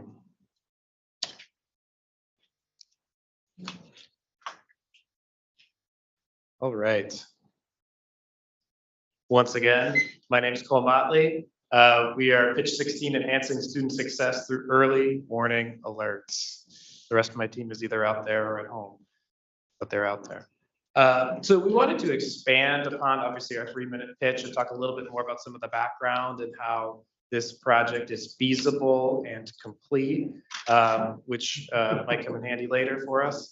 On the Dearborn campus, going back a couple of years, we did have our chancellor kicked off a strategic planning process where we were analyzing specific things at the university at Dearborn specifically. And there was results that came out. And one of the big things that came from that was that we needed a shared student success and retention tool. And that ended up being Salesforce. And we also augmented that with Salesforce Student Success Hub, which is a managed package that allows for student advising. And so over the past couple of years, we have purchased that, implemented that. And so we do have a shared advising tool for the 4 colleges and central support offices at Dearborn. So that's the framework and the background in which we're working in. And if you remember back from our 3-minute pitch, we're sort of augmenting a specific part of that. So I think that's an important background piece. For the IT people out there who love ERD diagrams, here you go, you're welcome. This is a subset of the ERD for Salesforce, the education data architecture, and some of the student success hub architecture. So, really take it in, and it looks great and colorful. But we are kind of working in the sort of the yellow space down there where it says alerts. And so that's where we have the architecture for some of these processes to take place, but not necessarily the input and the process that goes on top of that to actually make it functional for people to use and create experiences for our students. So there you go. I think we already had this one from before, but people said that they loved the tornado slide. So we all know that tornado sirens give us the time to make good choices. In the same way, early warning gives students time to be proactive about their academic success. And for those who aren't great with metaphors, right, we're talking about intervening with students who are starting to not do well in their courses earlier in the semester versus like halfway through or 75% of the way through, or when they get the final grade, oops, you can't do anything about that at that point, right? So we want to find a way to identify problems as early as possible. And for this specific process, we're talking about faculty who are teaching the students, who are identifying issues, whether it be academic or their participation or whatever it might be in those courses, giving faculty members an easy way to submit those alerts into the shared advising system so that the support staff at the university can actually do something about it. That's at least the framework that we're working in. I guess I kind of explained this already, but to dive deeper into it, we're allowing students to see some of the things that are happening because they can see tasks in the portal. We'll dive into that a little bit more. Hopefully, this will improve graduation rates and retention rates because instead of just going down a negative path, we're intervening, pointing in a positive direction. And this allows us to see a more holistic student experience, see the 360-degree view of what's happening on our campus. Once again, these are the specific types that Dearborn uses today. So we use those same values in our project. And it's mostly academic or participation. I think it's also good to identify that there are other reasons why someone might not be doing well in their courses or at the university, which could be mental health or some other things. I think that's definitely things that we could improve on or incorporate into this process down the road. So there's definitely room for improvement or expansion. This does have a current process. It's just clunky and has some issues, which we'll get into. We had a form for faculty where they could single sign onto the form and see their course, but they had to submit an alert one student at a time, which the overwhelming feedback was that that was not very good. And so that they wanted to submit alerts in mass because some faculty members have many students, and that could be very time consuming to have to identify one student at a time, add those comments. When really, what we found through the process and through talking through some of the things is that faculty members are submitting these alerts when specific events happen, like when they decide to take attendance and half the class isn't there, they're going to go in and use this form and submit everybody for an alert for attendance concerns. So we wanted to incorporate some of the faculty vision into the form. And there's no loop back on the communication, which we'll get into. So this was the old form. I got my halfway indicator, so I'm going to speed through some of this stuff. We did do a little bit of scoping. There was obviously more things we wanted to incorporate, but we decided not to, like having TAs being able to submit alerts and things of that nature. Once again, the goal, which we stated in a 3-minute pitch, but to have faculty members submit mass alerts into the system and have that be as simple as possible, provide that loop back of feedback. All right, once again, we're going into live demo mode. And if we have more time, I can show more of the back end as well. Once again, this is the form. So I am pretending to be a faculty member. I opened up the form. It's pre-filling my information into the form, and it's pulling the courses that I'm teaching this semester. Once again, I'm going to pick CRM 101. And this is, if you look at the URL, actually, it's passing data from the first form into the second form. And it's also doing a Salesforce query, pulling in the students that are assigned to that course in the system. And this is active, well, it's obviously fake data, but it's real data from the sandbox in which we're working in. And if we were to remove one of these students from the database, then they would not show up on the form. So once again, I can pick an alert reason, and I can select the specific students that will receive this alert. So I'm going to go ahead and pick Alan and Jen and submit. And once again, from the feedback that we've received is that faculty members are doing this for multiple courses, multiple alert reasons at one time sometimes. And so they want to be able to loop back to the beginning of the process to submit more alerts into the system. So I'm going to jump into Salesforce, which is where the advisors are looking, support staff, folks of that nature. And this is the list of alerts. It does take a minute to process the new records into the system from the form.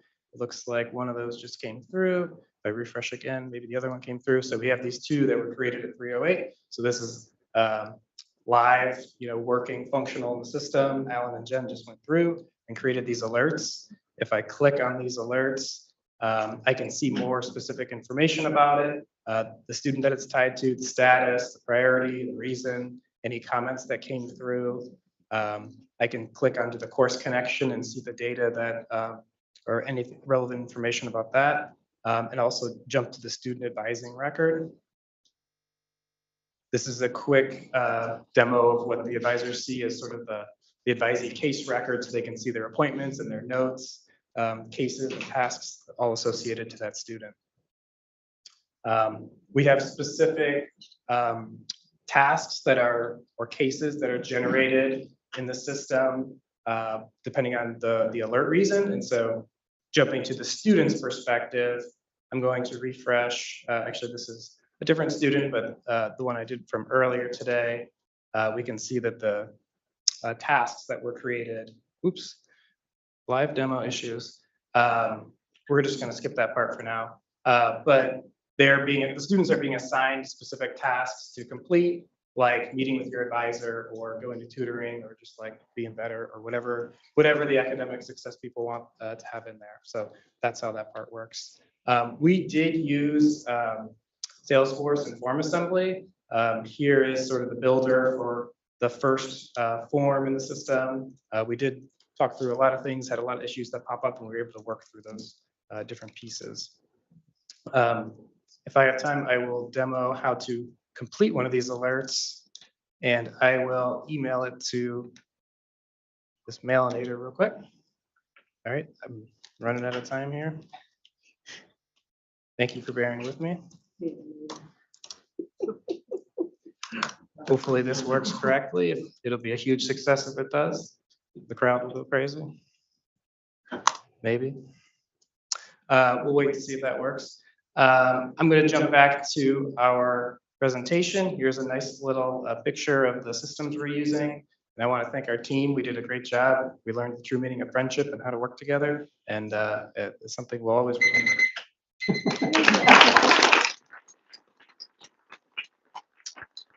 Thank you, Cole, team 16. Judges, do you have any questions? Just real quick, the trigger thresholds, who determines that? I'm sorry, could you repeat the question? So the thresholds that cause the trigger to occur, is that determined solely by the faculty member or the counselor? Like, who determines what those triggers are? That's up to the faculty member to decide what counts as those things. To be honest, I don't know exactly what goes into that determination, but I would hope the faculty members certainly do. Okay, good. That's specifically what I was looking towards, or what I was alluding to is, do they have the availability to set their own triggers, make their own thresholds for what's going to cause the other? Yeah, I think that would be up to their discretion. Thank you for the question. Very closely related to just suggested from your presentation, I didn't actually realize the word triggers. I thought you were expecting faculty to report manually. And I was going to ask the very question that makes the suggestion might be already built in, which is building triggers. Why not allow those threshold setups to know? There's some items that are obvious, right? Refailing the test should flag, should throw an alarm, or attendance is problematic. Probably not a stretch of imagination to build those in to say whether it's customizable by a faculty member or not. Build a process that triggers those alerts to the counselor. Yeah, I think that's a really good point, and I think we do have goals of using like Canvas data for example, of you've got a 0% on your last assignment, or you have grades in Canvas that are not great, that could then be integrated and triggered into Salesforce and create these alerts automatically. We want to do that. We've just found that the data in Canvas is inconsistent because of faculty use. So I think that's another thing that we could push on leadership to say, hey, all faculty members need to have their Canvas data in line, because we don't want to create fake alerts for students. We want that to be true. So right now it's self-identified, but it could be automated in the future. And I think that's something we're interested in long-term. So I'm completely affected about this one. Of course. This is just such a great app.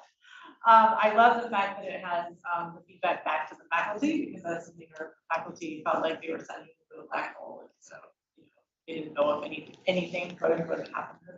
So I just really appreciate that you guys have that. Thanks, Gary. Yeah, if we had 11-minute pitches, you would have seen the email, but I guess we missed it. I do have one last question. So who sends the alerts out? Is it one like a system automation, or do you have people, a team?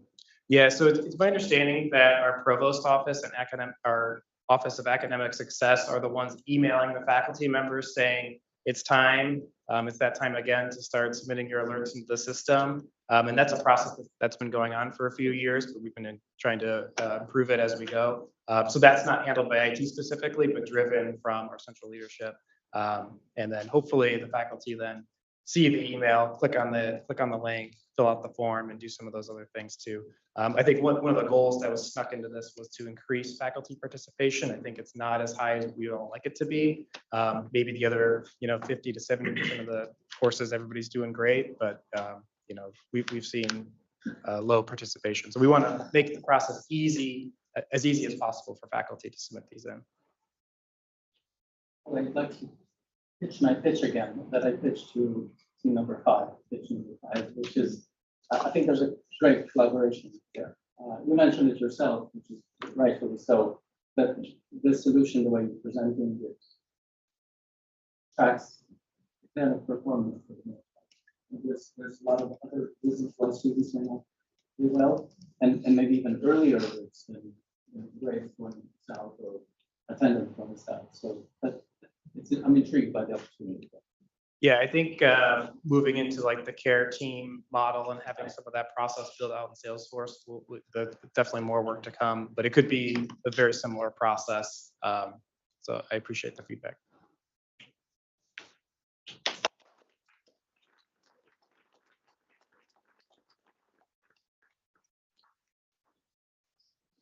That wraps up the 10-minute presentations.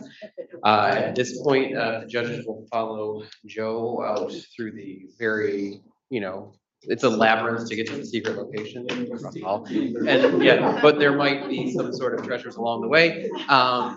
The rest of you, we're gonna hang out here while the judges deliberate. Obviously, probably the most important bullet point of the entire, 2-day event is there. Ice cream, you scream, we all scream for ice cream. That'll start in just a minute. We'll bring them in. You guys can probably have as much as you want because I think we ordered a fair amount and there are less of you here today. Those of you who packed coolers, brilliant planning. Way to go. Actually, maybe you also win Hack with Friends. There might be a special prize. I mean, the special prize is the ice cream, so I guess you already win. So just hang out here a minute. We'll bring the stuff in and then we all get to kind of hang out. I think my charger is still sitting here. Someone grab my Oh, yeah. charger. We didn't like grab charger. I'm gonna go grab my charger.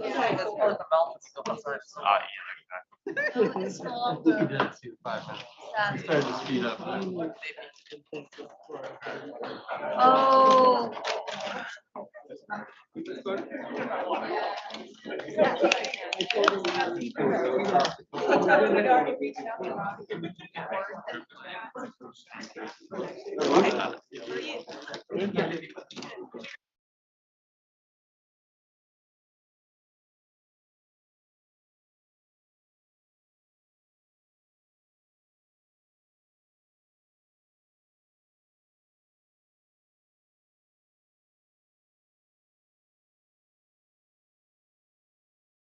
Here, and over here on the table. That's ice cream. It's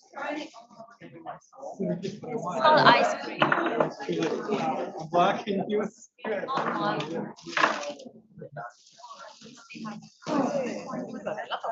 plenty of stickers. There's also food, leftover lunches in the refrigerators.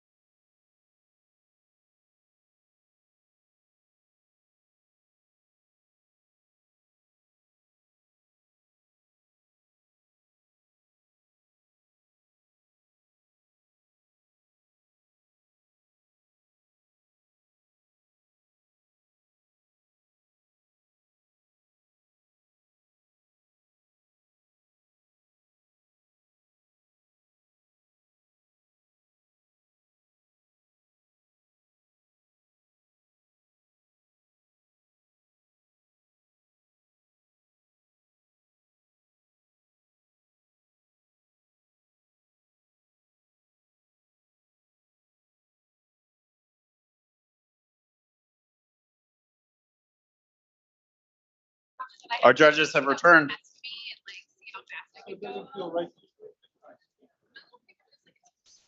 Clicker.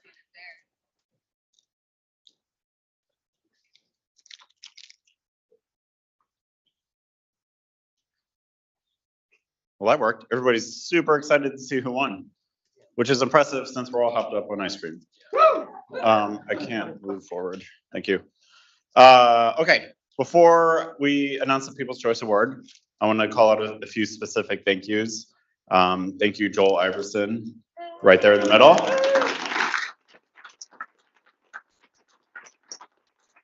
Joel has been in the city in force with Hex with Friends for many years, and it's pretty much the only reason why it goes off so smoothly. Additionally, Kim Wooten, who said I cannot thank her, but I'm going to anyways. There she is in the back. Same thing. Thank you, Kim Wooten. I think the star of the show in this hybrid world that we've experimented with this year is Anitra Wells.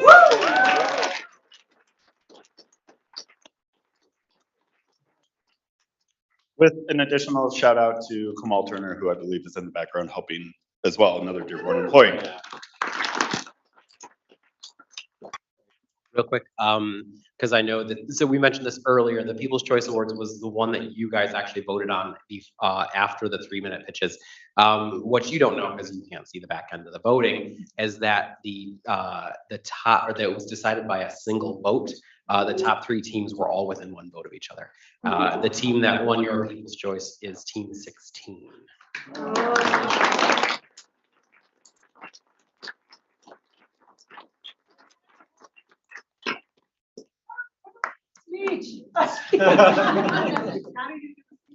That's cool, John.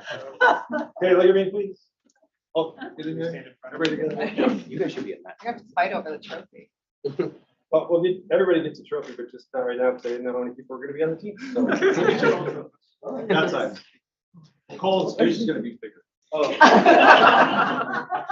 Where'd you? That extra $20 off. Yeah. Am I supposed to say something? The band music already plays all of them. And now on to our judges. All right, so on behalf of the judges, am I standing in the right place, Joel? Okay. Good. Yeah. It's always Anitra, this is good. So I just wanted to say this was a really exciting contest to judge. I had judged a few years ago, and I feel like these were both like really well thought out and really well executed pitches that were really very relevant to immediate use. So thank you very much for all of your work there. Good documentation on all of them. We did look at your documentation. So I get to announce the honorable mention and the 3rd place team, and then I will hand off for other announcements. So the honorable mention goes to pitch 4, student aid matching. We felt like this was something that we'll have to continue to get better at as a society and as a university, and there's a lot of potential there for future exploration. And so we'd love to see that pitch continue and the work continue on how to refine that process of getting attributes from outside sources and matching them up with attributes here. And so kudos to you guys.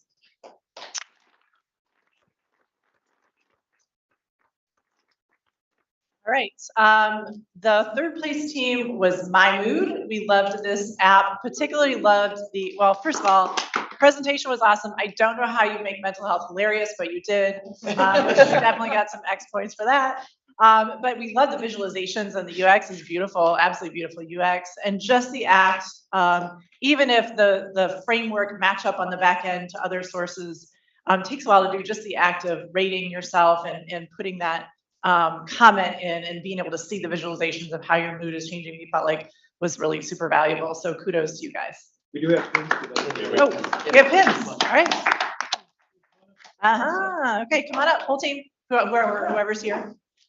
You can get your swag. Woohoo.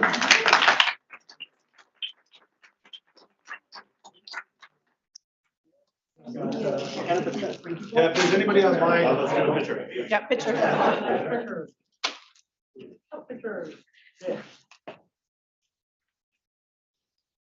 Here we go. 1, 2, 3. One more. 2 more. All right. Thank you. Thank you.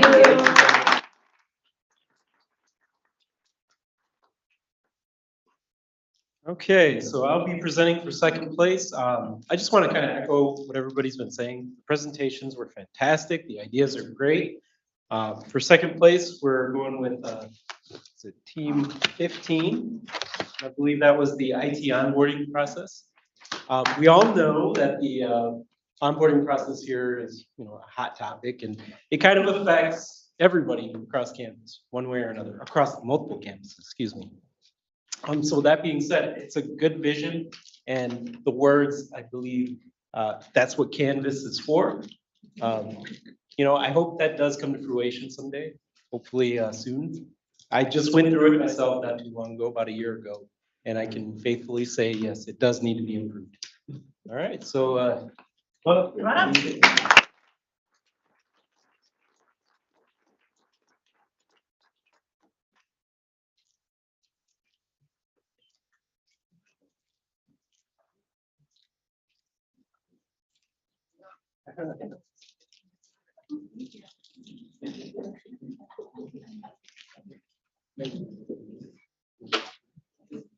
Right? We need to see everybody. Here we go, 1, 2, 3, and again. And again. All right.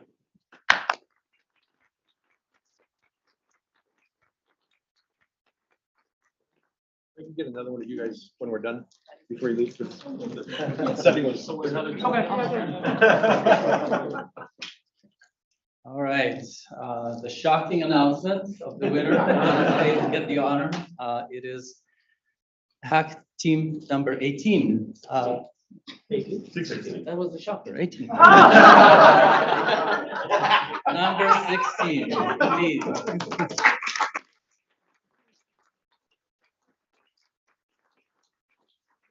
Done a fantastic job.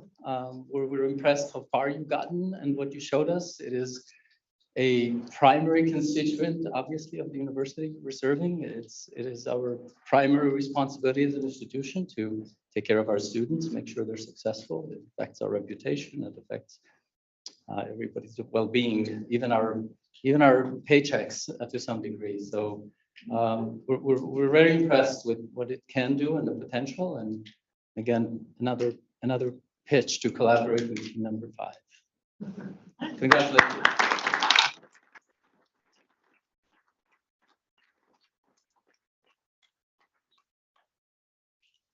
Again, everybody will get one of the small trophies. So everybody will get one of the small trophies for your desk at home, but You guys move that way just a bit. Can we get the judges next to them? You can sign it. Come together a little bit. I get that a lot, honestly. All right, here we go. 1, 2, 3, and again, again, again. All right, I can do this all day.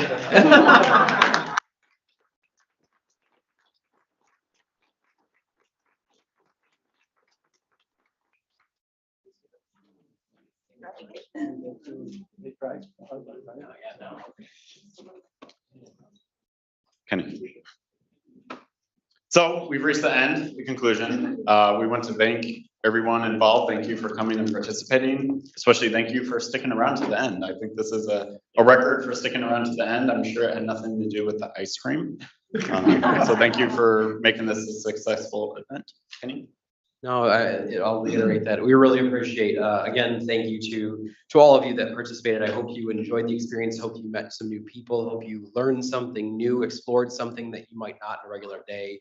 Hope the connections you made will be, somebody you can collaborate with or reach out to across the campus. I hope you come back again, that you enjoyed the event.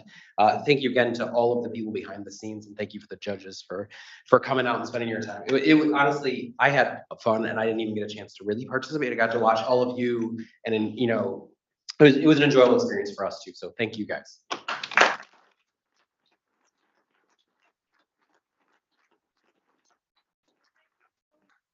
Being fun and getting all of us organized and making us do what we're supposed to do.